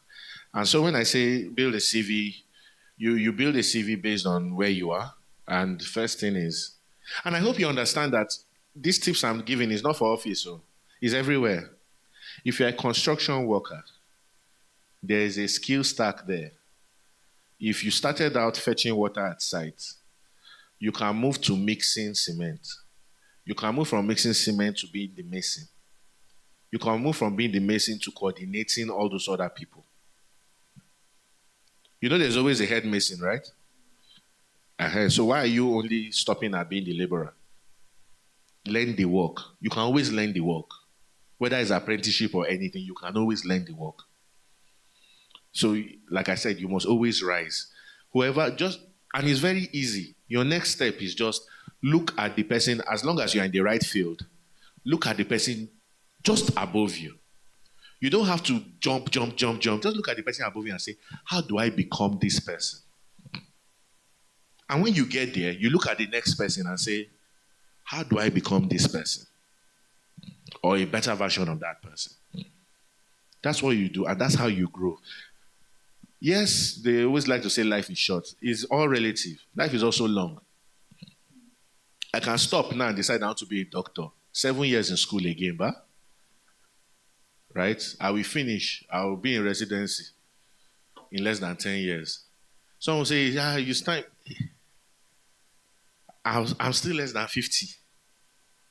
You get what I mean? Like, you can start over with some things. Like, just don't be afraid of starting a new thing, thinking it's long or you have taken so much time going this way. Why will I just turn this way? No, please, don't stick to going the wrong way if you need to go the other way. So build a CV. To build a CV, if you're an entry-level person, maybe you just finished school, and you don't have too much experience, your CV must put your best foot forward. There is no rule on how to arrange it. Yes, at the top, your address, your name, that's all. The remaining is you selling yourself. People rarely read more than the first page. Some don't even read. Some use machines to just scan. Is put your best foot forward. If you are entry level, then the first thing you need to do is sell your skills. Like, okay, I can do this, I can do this, I can do this, I can do this, I can do this. List it. If your grade in university is bad, put it at the bottom. Don't even put your class. Put your best foot forward. By the time you are in mid-level, you've worked for a while. If it's only skill I see in your CV, then something is wrong. You have to put your accomplishments. What that means is you write, I was part of a team in this organization. While I was in this organization, I helped the team to achieve this. What that means is you are thinking beyond just what you are doing. You are thinking of the goal. People want to see goal getters. So it is what you achieved in the different roles you've had. It should be there. The description of what you achieved. Not, I used to write 5 memos in a day. I used to prepare documents. Anyone can prepare documents. So I can prepare documents. I can use Word and Excel. I can do this. No. It's like I have prepared a business reports that have helped us make decisions on where to put our investment. That's what the recruiter wants to see, because it's what you can do that matters. We are in a skill-driven economy. So if you are mid-level to the top, that's what you do. There's a level you reach, really, you choose your jobs. Or they'll be poaching you, or they'll be reaching out to you. But of course, you must have done these things to explain what you achieve. Have a personal elevator pitch. A personal elevator pitch is just how do you sell yourself? If you come and meet me, what do you do? I'm a non-profit executive and a program director. I deliver social impact projects. That's simply me, right? You must be able to say who you are very quickly. How do you greet people? You go to a conference, you go this thing, you shake someone's hand. How are you doing? My name is Deji. This thing. What do you do? Oh yeah, I deliver social impact projects. I'm at an executive level. Then we can expand the conversation. Oh no, I'm a program manager. I I manage projects, and I work very, very well at the grassroots level. I do this, I do that. Oh, I'm a policymaker. I do advocacy. I work in policy. Oh, I'm in construction, but I handle projects in the telecom sector. You must be able to say what you do very quickly when you're in that kind of environment. Oh, I do designs. I do designs, UI, UX for tech platforms. Oh, I'm an artist. I create creative content for what ads, branding, and marketing campaigns. You can always come to the point. It must be something that when they hear it, they'll be like, one of my guys was actually looking for someone like you. Ring me up. I'll link you to that guy.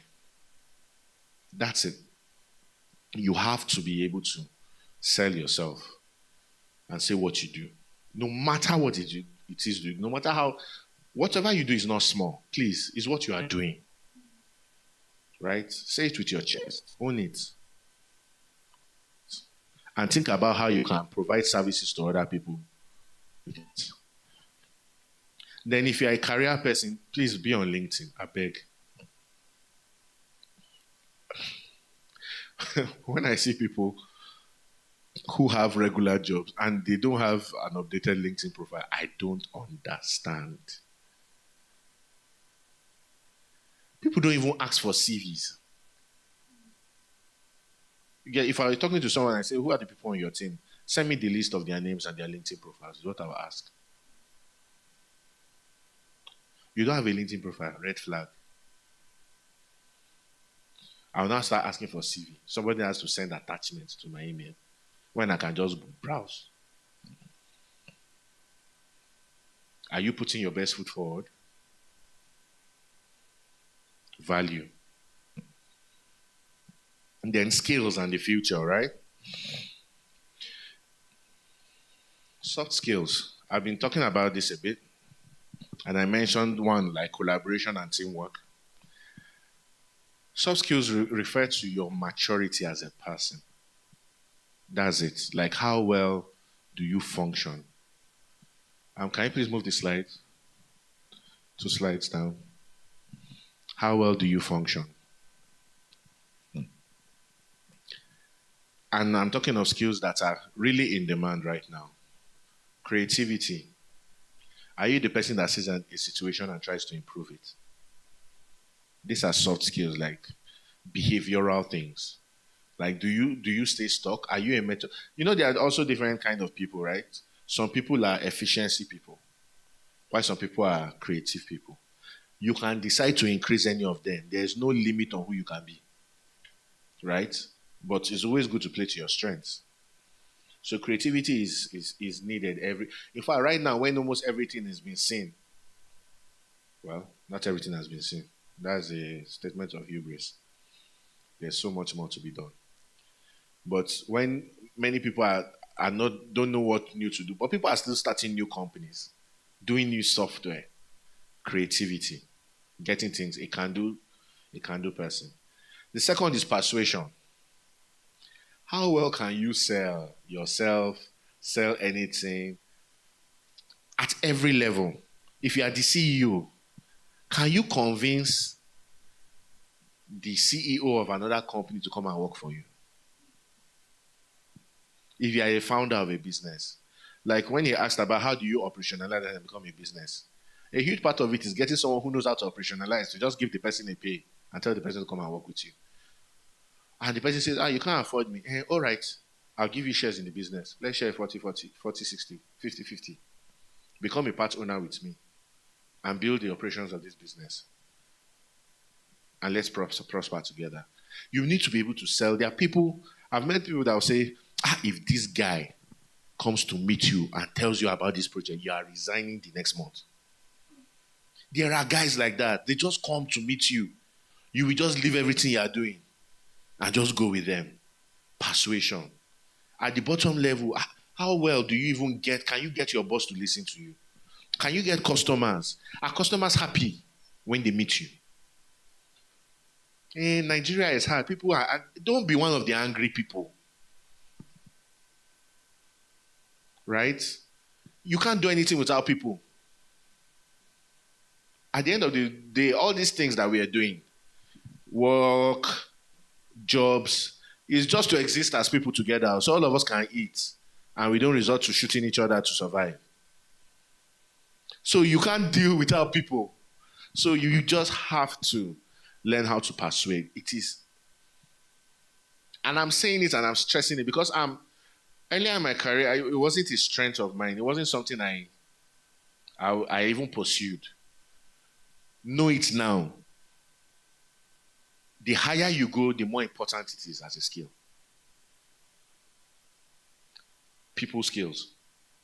The higher you go, the more important. There's a level of job you get that is not by competence anymore. It's by persuasion and relationships. Because you find that they are not the only competent person. And the stakes are high. So who the person give their responsibility to is the person that they feel. At that point, it's like a feeling thing now. You have 4 people. Amazing. What do you do? It's the person that your mind flows with you choose. So how do you persuade? Do you walk into an interview and you're shaking? Or do you walk in interview and then you're gisting with the person that is interviewing you? And they're like, this person is already my colleague. Yeah. Persuasion is really important. Selling, because you must sell. Remember value. Money is not sentimental. You must sell. The sentimental part of it is people you are selling to. And we are emotional at the end of the day. Brands are not charging, Chanel bags are not selling for that price because of the quality of the bag. It's emotion, it's the brand that people like. To just say I'm carrying. Let me look for trouble. iPhone users are not buying iPhones because it's the best phone. It's the perception of the brand. That's what Steve Jobs did. That's the magic of Steve Jobs. He would just sell the brand, the ecosystem. You are just part of this thing, and it's like we are the ones in front of tech. But then when you like audit it, the tech behind it, you're like, okay, but there are other people doing these things. Branding. So that matters. You need to be able to persuade people. Collaboration, I've already spoken about collaboration a lot. Adaptability. This is how I like to do things. Please, drop that lingo. You are not God. Me, I like when things are arranged. I don't like surprises. In which world? Even when you were being born, did your parents know the exact time? Even if they were expecting, the exact time of conception, they did not know. It's still a surprise. So you can't, the world is chaotic. Everybody can change. I can just be coming to your office and then I have a flat tire. And our business deal is postponed to next week. But I don't like, no, the world is not a straight line. The world is chaotic. If you cannot function in chaos, you would never get anything substantial done. And I say that as someone who is a lover of order. I had to learn to create my own customized order in chaos. I don't care the amount of lists and checklists I have to do for myself. As the chaos is coming, bring it on. I will find a way to manage it. Things don't go. You're not in control of people. Your staff, you want to deliver something, the staff oversleeps. Tomorrow the sun will come up again. You will not die. How do you respond? Adaptability. It's one of the high traits of Nigerians. Nigerians will just leave Nigeria, go to North Korea, and they are functioning. We'll go to anywhere. It is a strength. And that's why we excel when we travel, because we are dogged, we adapt. But at the granular level, you have to learn to adapt. Let's put it this way. Everyone is different, right? We have similarities, but they are different. You have somebody on your team that was on your wavelength, and you guys were working. Then the person gets another job, and then they bring another person. and the person has a different way of doing it. You guys have to find a way to coexist. There's nothing wrong with the person. You just have to find a way to coexist. So adaptability. Emotional intelligence. In the age of mental health.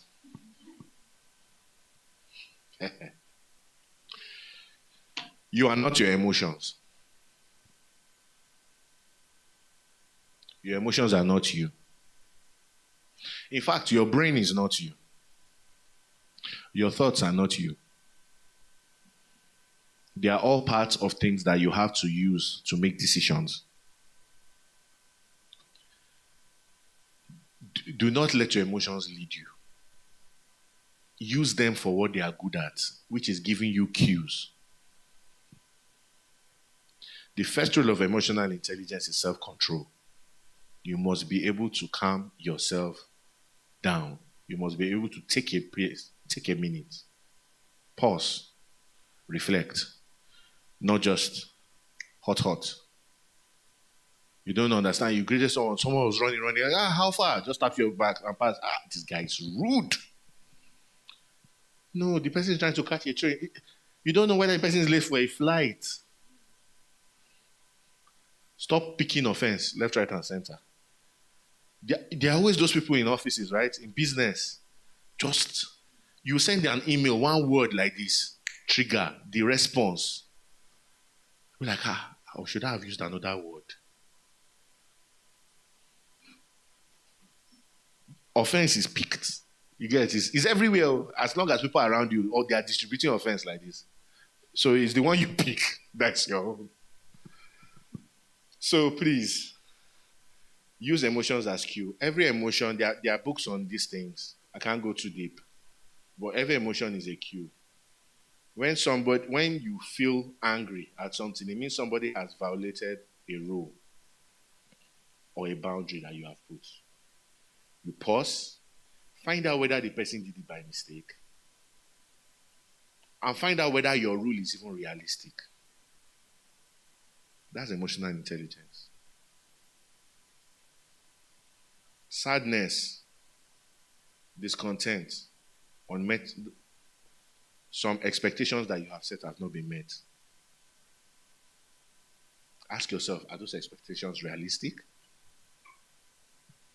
Did I just assume that expectation and put it on this person? I just expect you to be thoughtful about what I want to eat. How? He didn't tell me.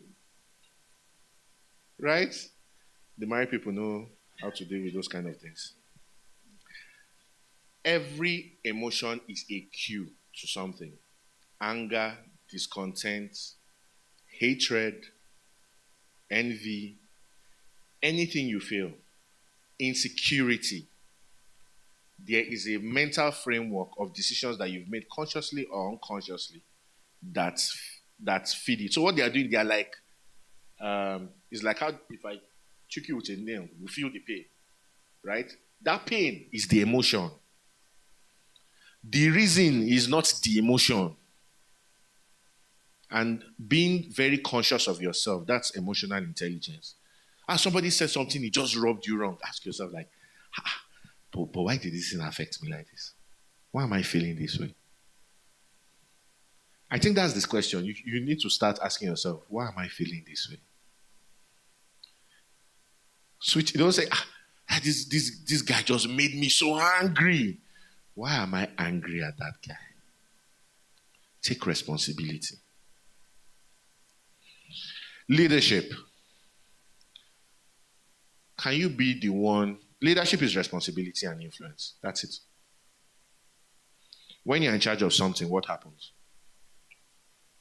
When you're not in charge of something, what happens? Are you the one solving the problems? Or are you the one that people drag? There's this video of Obama that is going around, and I think that's just the best description. They said, what's the best skill that you can have now for this generation? And he said, just learn how to get things done. Period. So how well do you do that?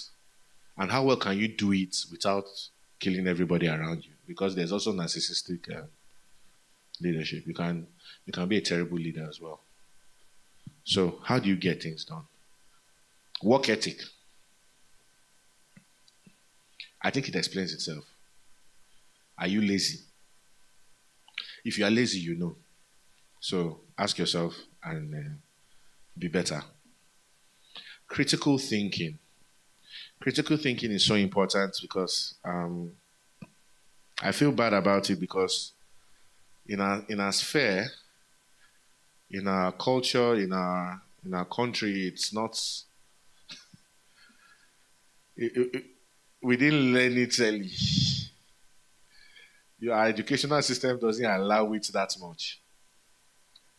Critical thinking simply means asking questions and the ability to break down any complex thing into the questions that build it up.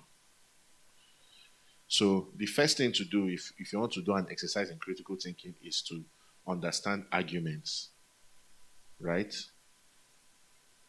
Does this plus this equal to a true argument? Or does it equal a valid argument? So you need to be able to differentiate between something that is valid and something that is true. So Deji is standing here is a statement. Deji is holding the mic. Therefore, Deji is addressing the crowd. That's valid, right? I could say Deji is standing here, Deji is holding the mic. Therefore, Deji is happy. Is that valid? Standing and holding the mic has nothing to do with you being happy. Okay, so let me give you two. Another one. Deji is sitting here. Deji is holding the mic. Therefore, Deji is addressing the crowd. Is that a true argument? No, because one of the assumptions are what? False. And that's how people lie to people.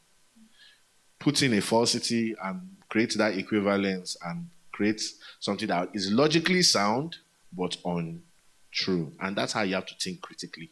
That's what critical thinking is about. You have to think. You have to be able to break things down. Okay, I want to be. So these questions I'm asking you, like, okay, why do you want to be rich? Critical thinking is sitting down in your house, having a pencil and a sheet and thinking, why do I want to be rich? And writing them out one by one.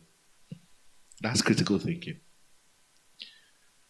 Or you get there, you ask a question of a question, and then you ask why. And you can't write anything down.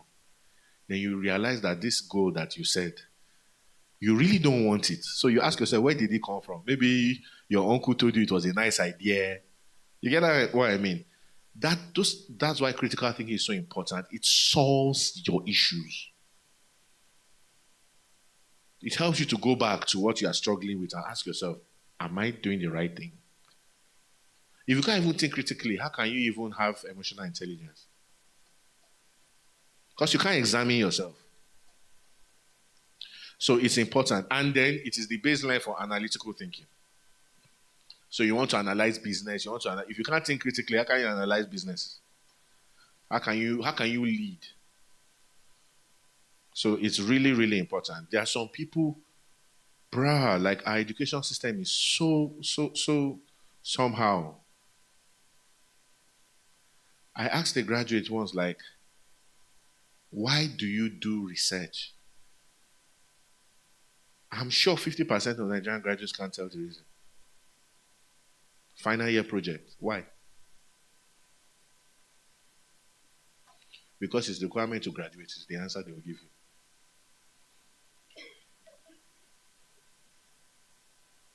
Because we don't focus on the why. You just do it. You can't question your lecturer.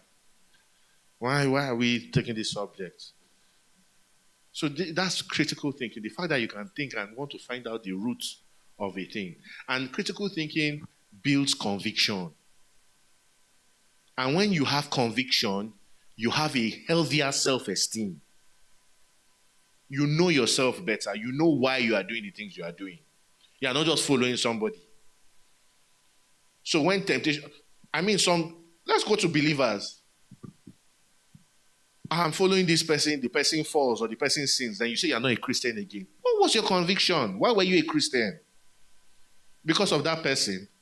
or because of what Jesus did, if you are a Christian, right? Your conviction, if you've not thought critically, it's hard to hold convictions. Your why. So that's really important. And then communication. There's no leadership without communication. There's no operational efficiency without communication. You need to be able to talk to people. You need to know how to use emails in a corporate environment. You need to know how to communicate with whoever you need to communicate with. If it's calls, you need to learn basic etiquette. Especially in the environment. You're in Nigeria, you see an elderly person, you call the person by the first name. Bruh! The business deal is out of the window. Immediately. These people are old school. Who told you that? That's how the person is. Who are you to decide that the person should accept what you just want? You are trying to sell something. Learn how to communicate. Learn how to put your best foot forward. Communication is really important. The etiquette is important.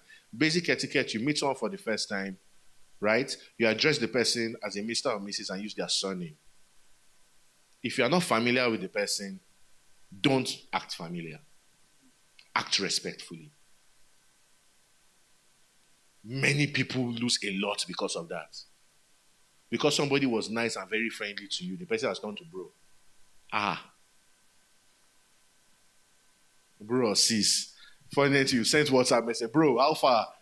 Someone that you don't talk to, or someone that if you see this how you greet, but because you're on Twitter, you say, bro, how far? Etiquette. It's international, though. It's not a Nigerian thing. Then hard skills.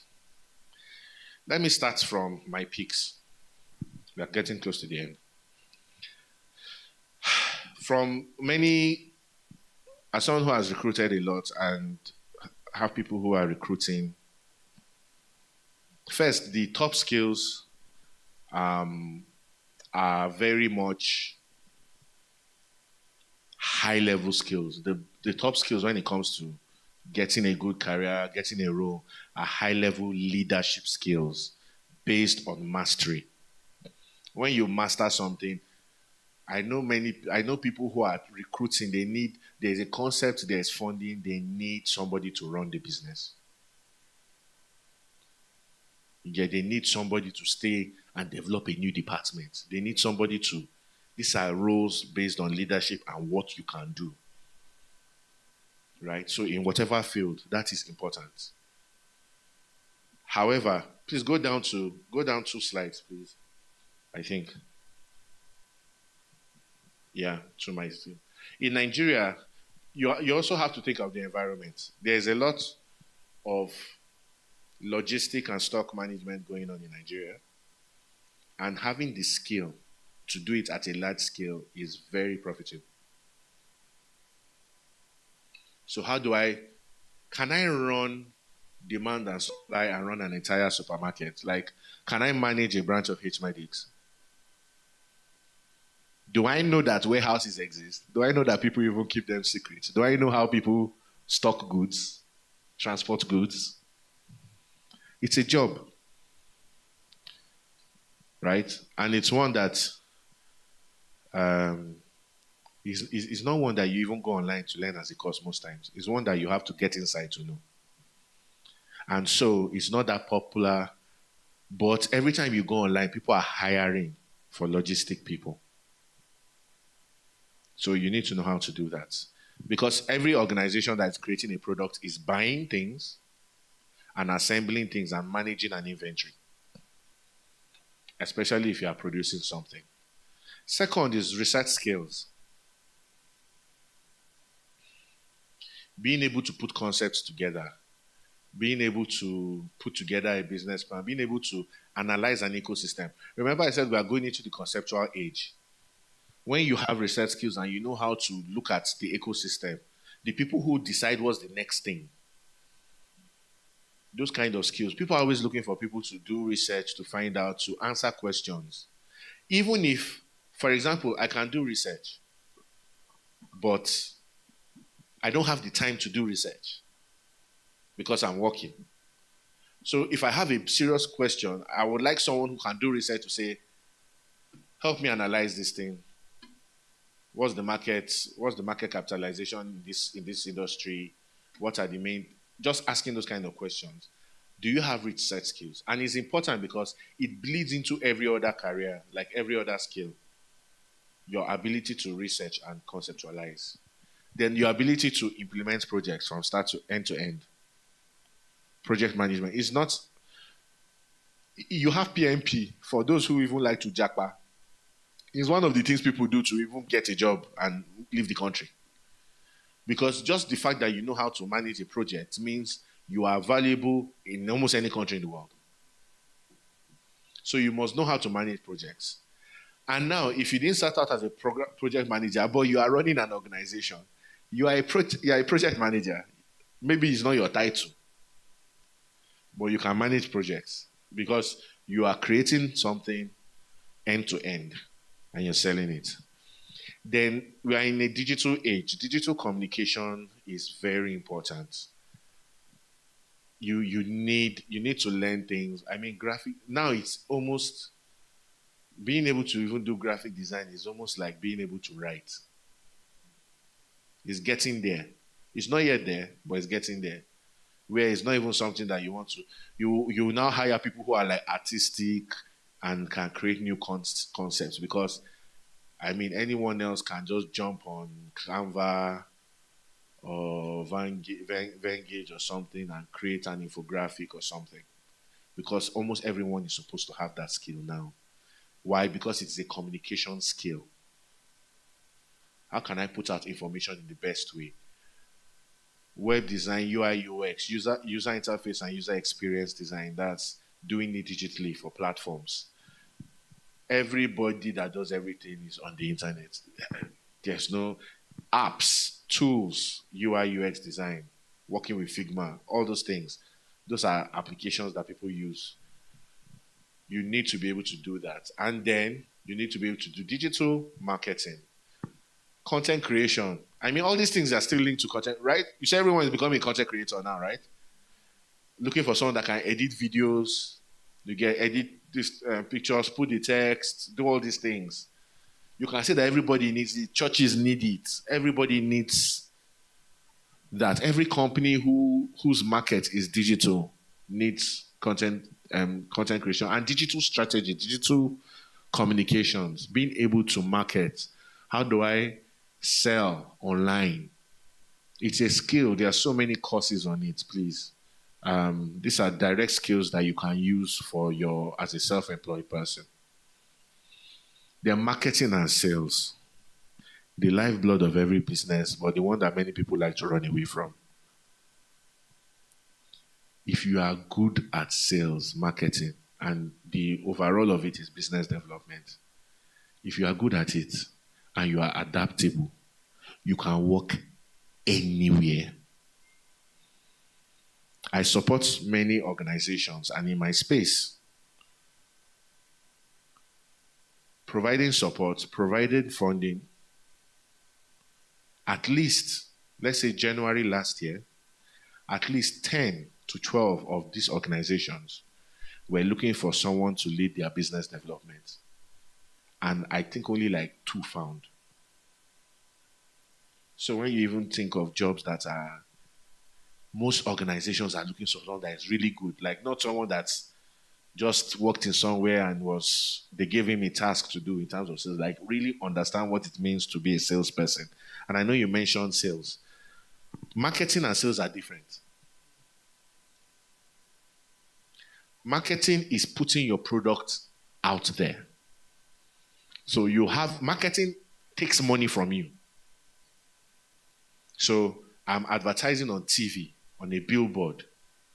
That's marketing. So when you see cowbell adverts, all this is from a marketing budget. It's like putting my brand out there in front of people. Sales is actually selling the product. That's sales. Persuasion, right? And there's a science to it. You have to know how to build a pipeline. And so many times people do sales arbitrarily, but there's a science to it and there are rules to it. You talk to 100 people, you get probably 1 or 10 max. So you do the maths. I'm building a pipeline. It means I have to come up with a list of 500 people that I could probably sell to. Over the next 1 month, next week, I'm sending all of them phone calls or emails and all. If out of 500, 50 bites, then I'm what? What's the next part in the funnel? That's a qualified lead. I'm qualified. That's a qualified lead. Next part is what? Meetings, right? Meeting the lead. Then you now have to learn the next part of sales, which is what? Responding to the customer's needs. You don't go there and say, I have box of this thing. I believe you need it. Take it. You walk into a place as a salesperson and you strike a conversation. How does your business work? These are some of the things we do, but I really want to understand what you do. And then when you understand what they do, you know where you can plug in your own solution because people know what they want to. Right? Even if you say you will force people to buy what they don't want, how many will you force? So you have to understand how to build a sales pipeline, how to manage a sales team, how to make sure that that pipeline is being, you get renewed, leads are being generated, leads are being qualified, you get, and you are fooling and you are closing on deals. Closing is, I am buying. So it's not that you generate leads and nobody is buying. So many times someone will say, okay, I have this and I've started selling this. But you've not settled down to say, who am I selling to? Where? Cost of acquisition. I don't go technical because there's no time to even go technical. Acquisition cost. There's a cost to even get your product in the eye of somebody. How much are you paying your team? Right? So how much are they going to sell at the end of this thing? And that's why many times salespeople get commissions from their sales to also motivate, and because they are the lifeblood of the business. So marketing and sales, like no matter what happens, these are core functions of business. Operations, the product itself, marketing and sales, managing the finance, the legal, and then the leadership. These are core functions of businesses. As long as you can do them, you're good. Finance is the next one. You need to be able to run finance in a legal way. Not finance officer that you end up in EFCC's hand. One that is competent. Every business needs an accountant, a finance person. Like, it's still one of those. There are a few professions that are still professional professions. Like an engineer. You get an engineer, an architect, an accountant, a doctor. Those professions are professional. And they are viable. Tech and networking support. As long as people are running an organization, it's not the highest earning role. But most people need a tech guy in their organization, either as a consultant or full-time. I know someone who had a job and was running tech. I don't want to say the locations because it will be, but it's a plaza in central area that everybody knows. He had his own job. He helped them set up their entire network infrastructure. And I don't know, he might still be doing it. He's still the one that troubleshoots. And they were paying him a monthly salary, even though he wasn't there. So he just told them, okay, I'll come every Friday because I know a lot of people are also thinking about things that you can do as a side hustle. My opinion on side hustles are, one, if you have a main hustle and a good strategy, focus on it. Because it's an opportunity cost. Like if you are putting energy in a side hustle, it's a second job. And you might not have time to now do the best in the first one. However, there are some side hustles that are adjacent to what you're even doing. So maybe already handling networks here and the side hustle is doing a consultancy somewhere, right? Or teaching what you are doing for a fee. Teaching is also really great, please. People set up WhatsApp groups, right? They set up WhatsApp group, charge people 5,000 naira on how to maybe play it here or how to write a one-page proposal. And they will fill it, 250 people. Yeah, it happens all the time. I mean, small businesses, right? Has anybody joined any of such WhatsApp groups? You pay for it now. It sounds like small money, but 500 times 200 is what? And it's just one day or one exactly. Right? So these are things that you can do. So yeah, so find a side hustle that is either adjacent to your skill, existing skills already. It's not if it is different from your existing skill, then maybe it's something that is a passion. That you do it and it doesn't feel like work. And you can still earn from it. It doesn't have to be the same as your major job. So that one is fine. As long as it's not taking energy away from you. Then personal and virtual assistants. Executive assistants. Virtual assistants are like the rave now. People are taking virtual assistant roles across the world. You need to learn what it means to be an assistant to an executive. If you want to go that route, it is really a great job. And I think it is. So when you say it's like a lucky, if you are in the field, it's the best mentoring framework. If what you want to do is what that executive is doing, and you already have some information, because PAs are not people without skills, please. You don't take a PA that doesn't know anything and just make the person will frustrate you. The PA is meant to make you not do things. You are not supposed to be instructing your assistant on what to do. The assistant is supposed to take the job and tell you, sir, this is how we are going to do your schedule now. So any assistant that you are the one giving work, yes, it's just another. I'm telling you, it's just stress. So it is an art form. I mean, it's an art form. People learn it and people do it at the highest level. Right? And if you want to become an executive, people don't understand. You're a PA. When you hear, government offices, SA, special assistant, PA, SA, it's different roles, like you grow. When you hear someone is the chief of staff, that person is an assistant that is running the company for the CEO. That's what the chief of staff is. So that's something to think about. Then, of course, content creation and strategy. Every business now wants some content creation. So let's think about those things. And when you want to learn YouTube, Coursera, edX, LinkedIn, there are so many things. But YouTube is the easiest. There's a video on everything.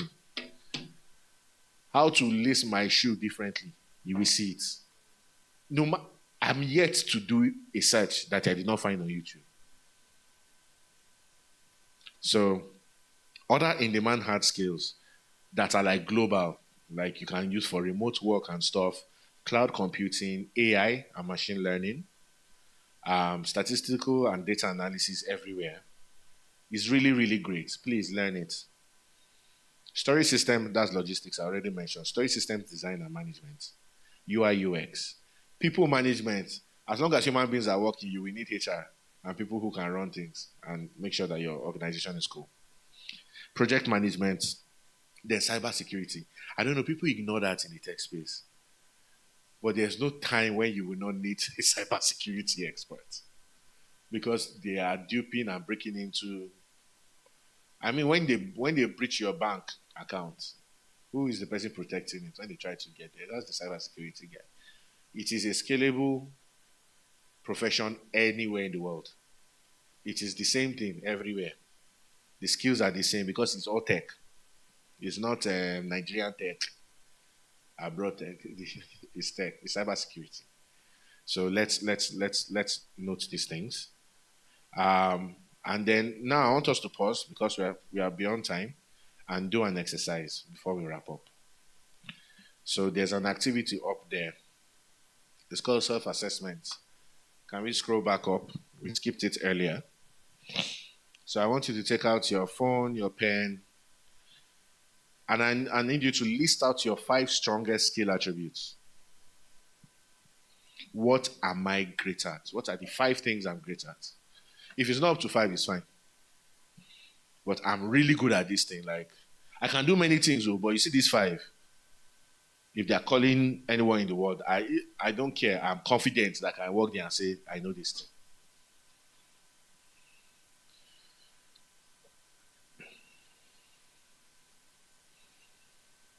So list them.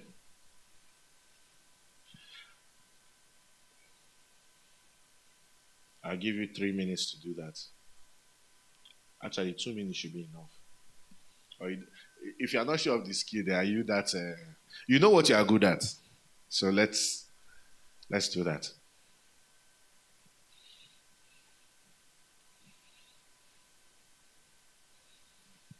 Any questions online all this while? Okay.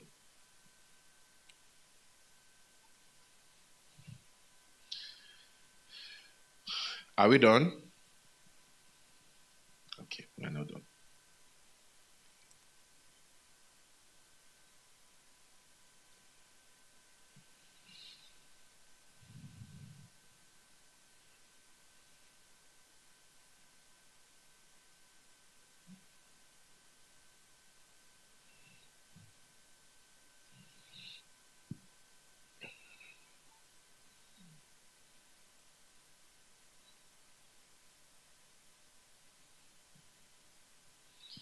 Okay, then next thing I want you to do is this. Ask yourself, am I in the right career for my skills?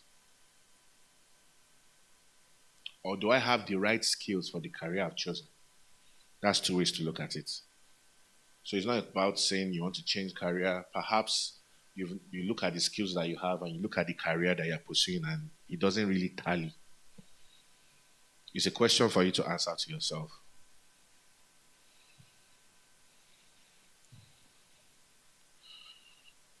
And then if you feel you are not in the right place and you want to ask, what are the skills I need to get? Or where are my skills valued?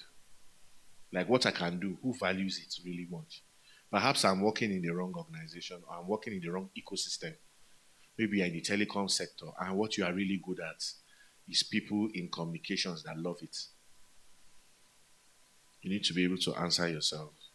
And maybe you should even snap this page because it's something you might be able to do at home. Because we are really out of time, we started late. This question is, if you're a career person, what are the next 2 steps up the corporate ladder for you? Like I said, who is your manager? What's the next stage? And then you ask, what 3 skills do you need to be qualified for that next stage? And then what certifications or qualifications do I need for that next stage? And then you can now chart for yourself. Like, okay, give yourself time. Okay, maybe I need 1 or 2 more years to learn these skills, to do the exams. And you have a plan. Then, this is really, really important. The last part is this. You need to list 5 people you can talk to about that next step. And the reason is this. There's the skill dimension and then there's the people dimension. There are things that you cannot see in any course. There's information that people have to tell you that is not freely available. So you really, really need to ask yourself, write a list of the 3 most important operational questions you need to ask that person. For example, an operational is your sphere, so you know. These are things that are not taught in class, they are not taught in courses, but you know that this person manages to deliver this project very well for the client. Ask the person, how do you manage to deliver things on time? Like operationally. Or how do you know which vendor to pick?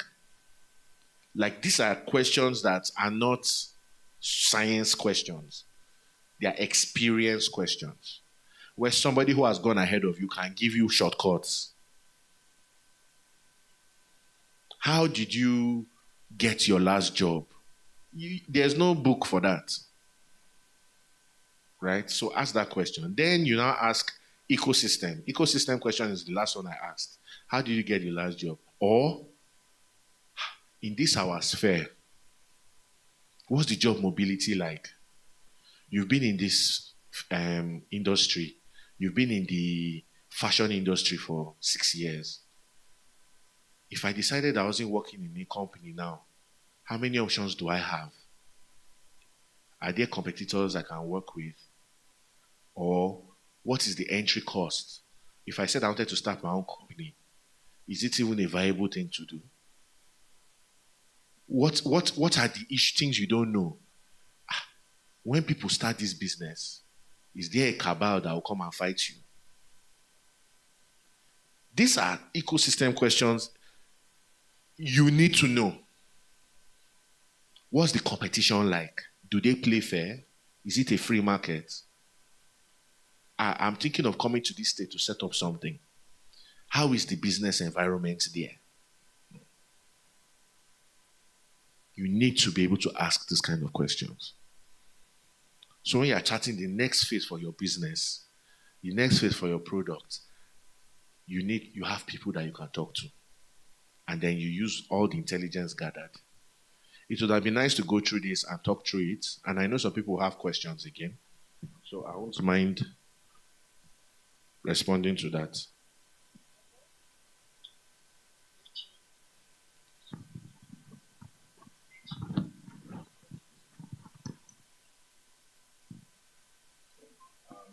So you have to respond to this question.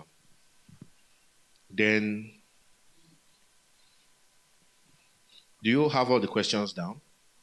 Have you all answered the first one? Any question from there? Oh, you're still reflecting. What of the second one? That one is very self-reflective. The third one, are you clear on the questions? Anybody have questions? Okay. So before I leave and answer any other questions anyone has, I've not forgotten what some people mentioned as the biggest worries. I've spoken about AI, the next generation. As long as you are growing, you should be excited about the next generation coming, because your job is to steward them. The only thing, see, whenever you go anywhere and someone is afraid of the new staff they're hiring, it's because the person is not climbing. I mean, you have a staff that is even good. You should be thinking about you going up so that the staff can get promoted. Your plan shouldn't be to die anywhere. You're not a pillar. Some people they find the comfort zone and just corner it. They are ready to die there, kill everybody, nothing. Because they are not progressing. And you must progress. That's why international companies, some CEO roles are tenured even. You do 5 years at the CEO, you go. Otherwise, all the vice presidents and deputy directors, where are they going to go to? They will all leave the company. If you are not growing in the company, you are training the other people to go somewhere else. That's what happens. So what if they leave? What if you train them and what if you don't train them and they stay? So the next gen is not your problem. So when it comes to business knowledge, a lack of business knowledge, or fear to meet consumers' demands, or dealing with competition, it's simple.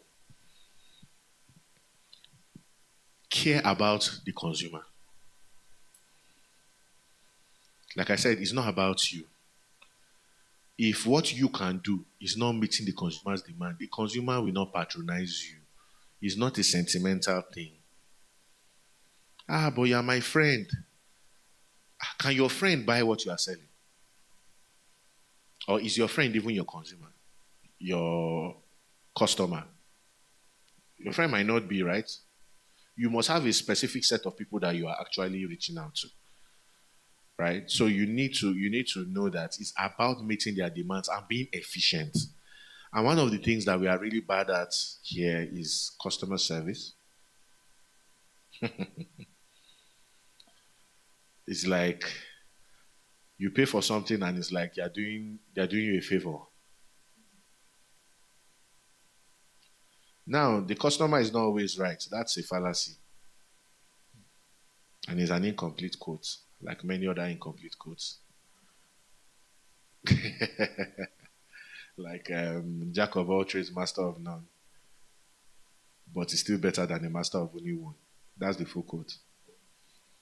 So the customer is always right. Is also Incomplete. What's the complete one, self? Except in matters of taste. So he's only right in what he likes. So those are things. So these are something.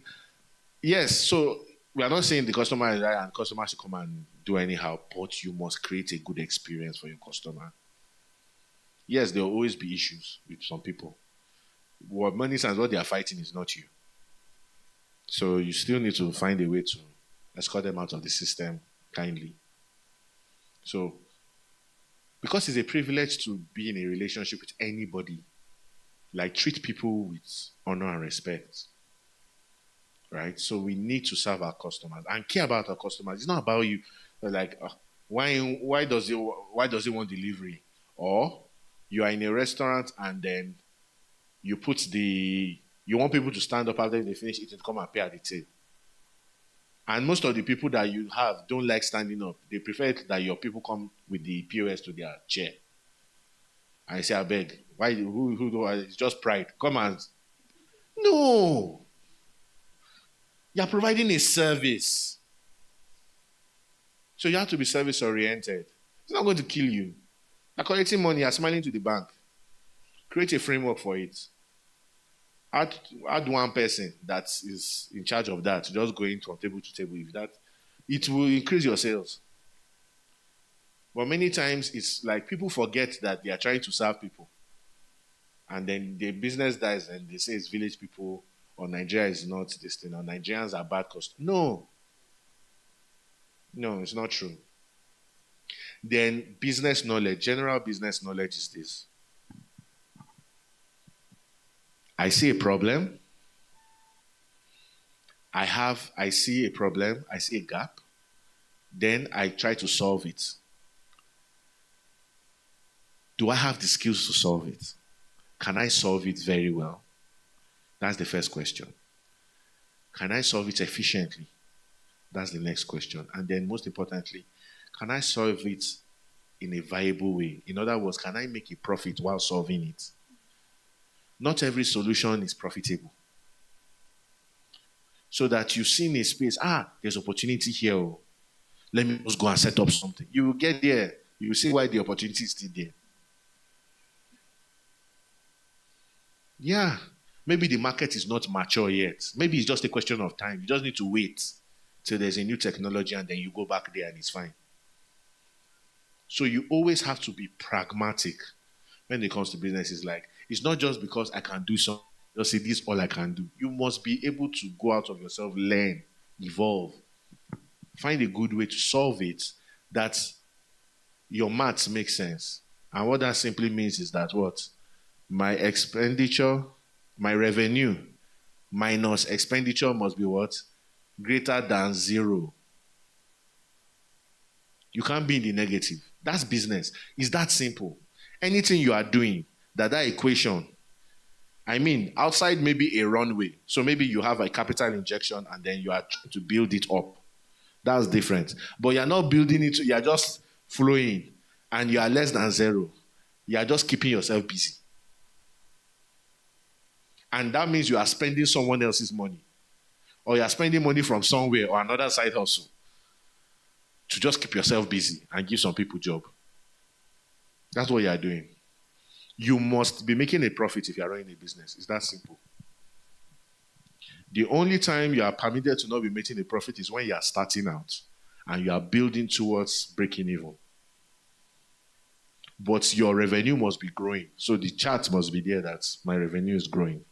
If you cannot chart it and you can't predict and say in the next 1 year or 2 years I would have broken even and I have money to pay my staff and this thing up to that time, then you're running a thin line. That's how businesses die. No matter how, they'll say, this person rented one place. That's why some people that don't do the maths and are not pragmatic, but because they have money, they just set up a business. So you see restaurant comes up and it dies. A new restaurant is gone. But they had money now. It's not about capital. I'll end this discussion like this. If I had a tree at the back of my house, and it's used to multiply money. Like I have a patch of land. If I don't bury money inside, 5K, by tomorrow, is 500,000. But all I have is 10K. Then I look like, I will have to now put 10K. Wait for 1 million. Then put another 1 million again. It will take me some time. I want to do it. At that point, if you are my friend, what are you going to do? If I'm your friend and you heard that I have somewhere I put money and it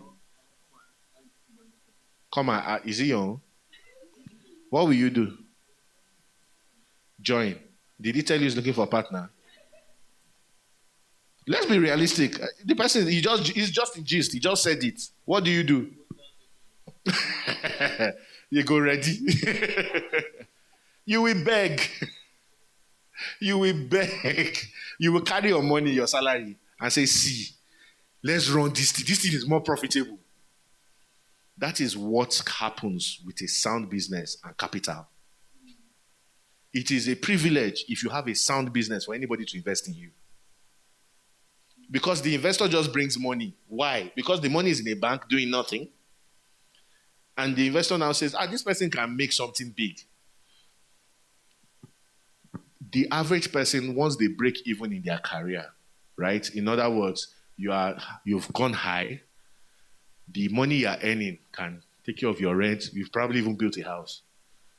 Your children are already in secondary school. You already have enough money for their school fees and all that. What are they using money for? All that money is in the bank, looking for who to be invested in. So capital is never scarce. Capital is never... See, even free money is never scarce. I'm a grant funder. I'm a grant maker. And I work for an investment fund. And we are looking for who to be able to invest in. It's hard. It's hard to find somebody who has figured out a business that one can... It is hard. And that's how the world works. The capitalist system is that what? Every disposable income is given to a financial intermediary, whether it's an investment bank, a normal bank, a fund manager. And what that person's job is to do is to look for businesses to give it to. That's their job. And it is so hard. Even though like the normal banks refuse to do that part of the work as much. But most of the others are searching. Where's the idea? Where's the idea? Because it's a privilege if I can give you 1 million for you to triple it for me. And maybe I even have shares. Later you sell the company at $1 million. And me too, I collect my own percentage. I'm a part owner. Everybody is happy. So when someone says, I don't have capital, you don't have the idea. Or you don't have the business. Or you have a vague idea. You need to have a solid business and the evidence to do it.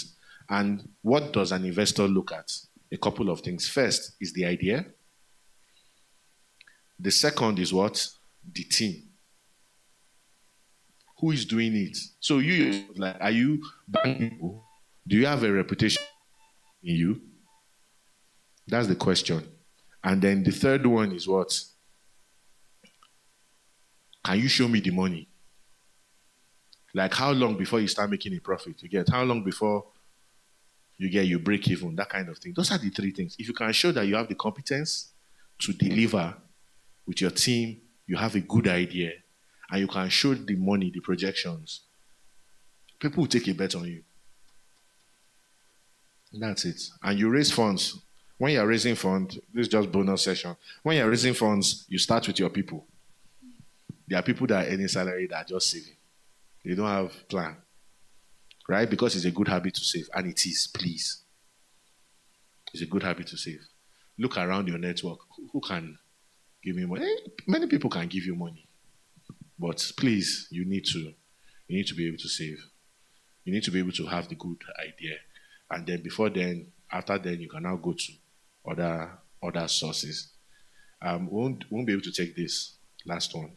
Just move to the last slide.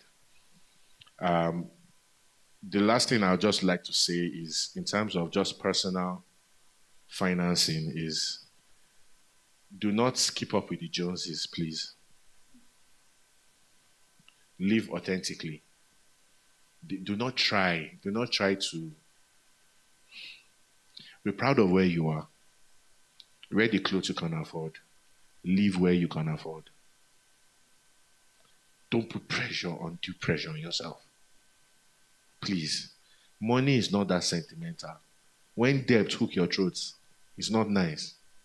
Right? Live where you can afford. Live below your means. And be disciplined with money. What is it?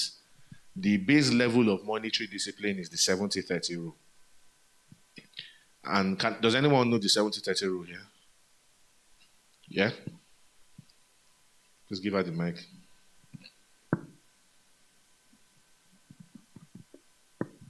70 for your household expenses, all of that, and 30 for savings. Yeah. Or to pay debt out of it. So it just depends. Some persons do 50-30, 20. Other persons do 80-20. So it just depends on you on how much you earn. Exactly. Thank you. A round of applause for her. At any point in time, in fact, as you grow older, that 70 should be reducing to 60, to 50, to 40. But as you are starting out, no matter how broke you are, and I'm saying it as someone who has been broke before, you are not entitled to live, to have a standard of living, except you're in total debt that there's no road. You are not entitled to have a standard of living that is higher than 70% of your income. You are not allowed to spend more than 70% of what you earn every month. That 70% is what you can use to pay for anything, whether it's your house rent, whether it's your whatever. You are not allowed. And you are supposed to reduce it as the years go by, as you earn more. You now have 30%. The easiest breakdown for the 30 is this: 10% for what? Charity, for Christians, tithes, whatever commitment you have to society. 10% investment in yourself. And a 10% savings. That's the easiest breakdown for it. And then you continue to increase the 30% part as you earn more. But you are not allowed to live on more than. You have to pay yourself, right? Everything you spend, you are paying someone else. Right? You cannot be working for everybody else. So when I say invest in yourself, in your mind, where is the money supposed to come from? That's where that 10% is from. And then your emergency fund is your other 10%. The one that you only touch if people are dying or there's a crisis. Yeah. Or you use it to get out of debt. Whichever way. Yeah. But you can always increase it and say your savings is 30 and you are giving out to people 20. Depending on how much your money is, the relativity changes the more you earn. But that's when it is hard, and I'm stressing it, when it is hard, always remind yourself, 70% is what I'm planning with. The money is not, the others don't exist to you. If you can have 2 accounts, as money is coming out, just move the 30% somewhere else and just be using this. Let that one not have ATM cards if possible. But people still transfer. But the point is just be disciplined. Financial discipline is important. And you must be confident in your own skin to be financially disciplined. Don't let anybody to push you. They can talk. Doesn't matter. Thank you very much.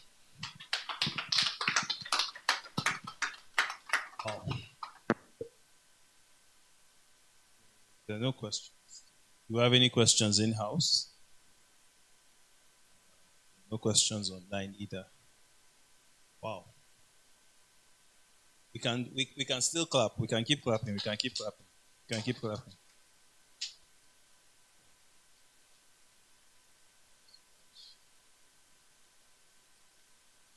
Wow.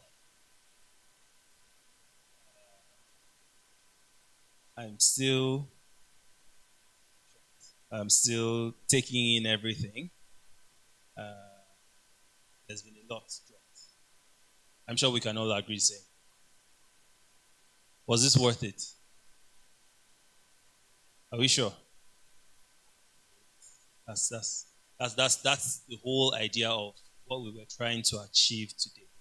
And we're glad that in one way or the other, we've been able to provide some sort of support to our community, Finishing Church, via East Africa. There's just a few things that kept on popping up as we went through. Like Brother G said, resources, money will always go after value. That is unquestionable. If you're not providing value, everybody just looks. It's why I could relate to a lot of things that he was saying, even at my office. It's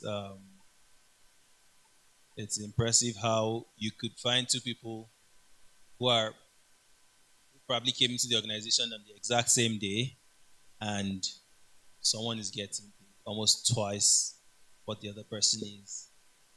It's all about value. Okay. Also, another thing that was important, it says invest in yourself. Before you can invest elsewhere, you have to invest in yourself. Like it's always said, you cannot pour from an empty cup. So if you do not have money in your pocket, what are you investing with? You are investing with your time.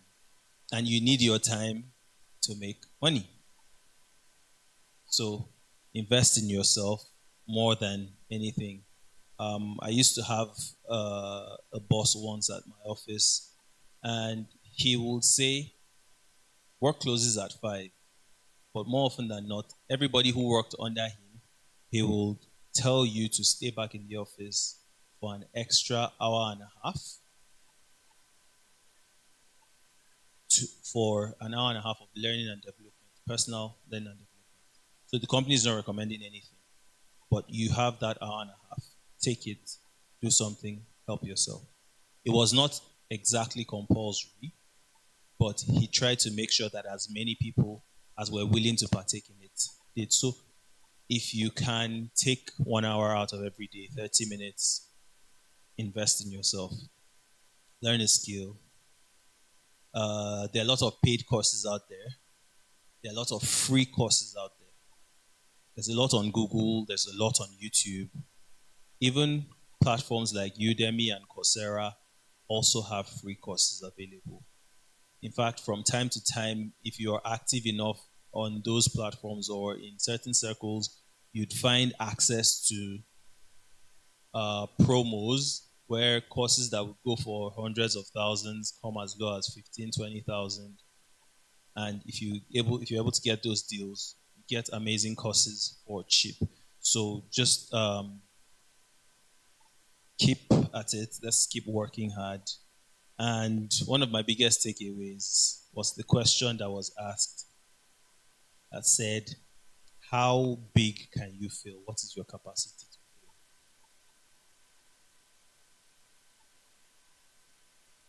If you have not seen 1 million before, you know that if they put 1 million in your account, some people will start to shake. For someone who hasn't seen 1 million before. So the more you build your capacity, the more your risk appetite can grow. And the larger your risk appetite, the more people are willing to take a chance on you. So that actually was mind-blowing for me. So finally, I think I was taking down a lot, but I'll just leave us on this note. Like our speaker said, above everything else, money is not sentimental. Because you are a fine boy or a fine girl, fine man, fine woman, money know they look your face. you have to be doing something that is worth the money, and the money will come to you. Okay, so we hope that this session has been impactful, has been insightful, has been everything that we hoped for. And we would like to bring this session to a close. We sincerely apologize for going over our time. We're supposed to end at 2. We also would like to apologize for starting late. We're supposed to start at 10, but we didn't get started up until 11. So we're really sorry about that, and we will endeavor as much as possible to keep to time in our subsequent engagements. So we'd like to bring this session to a close. I'd like to invite Manuel to pray for us as we close.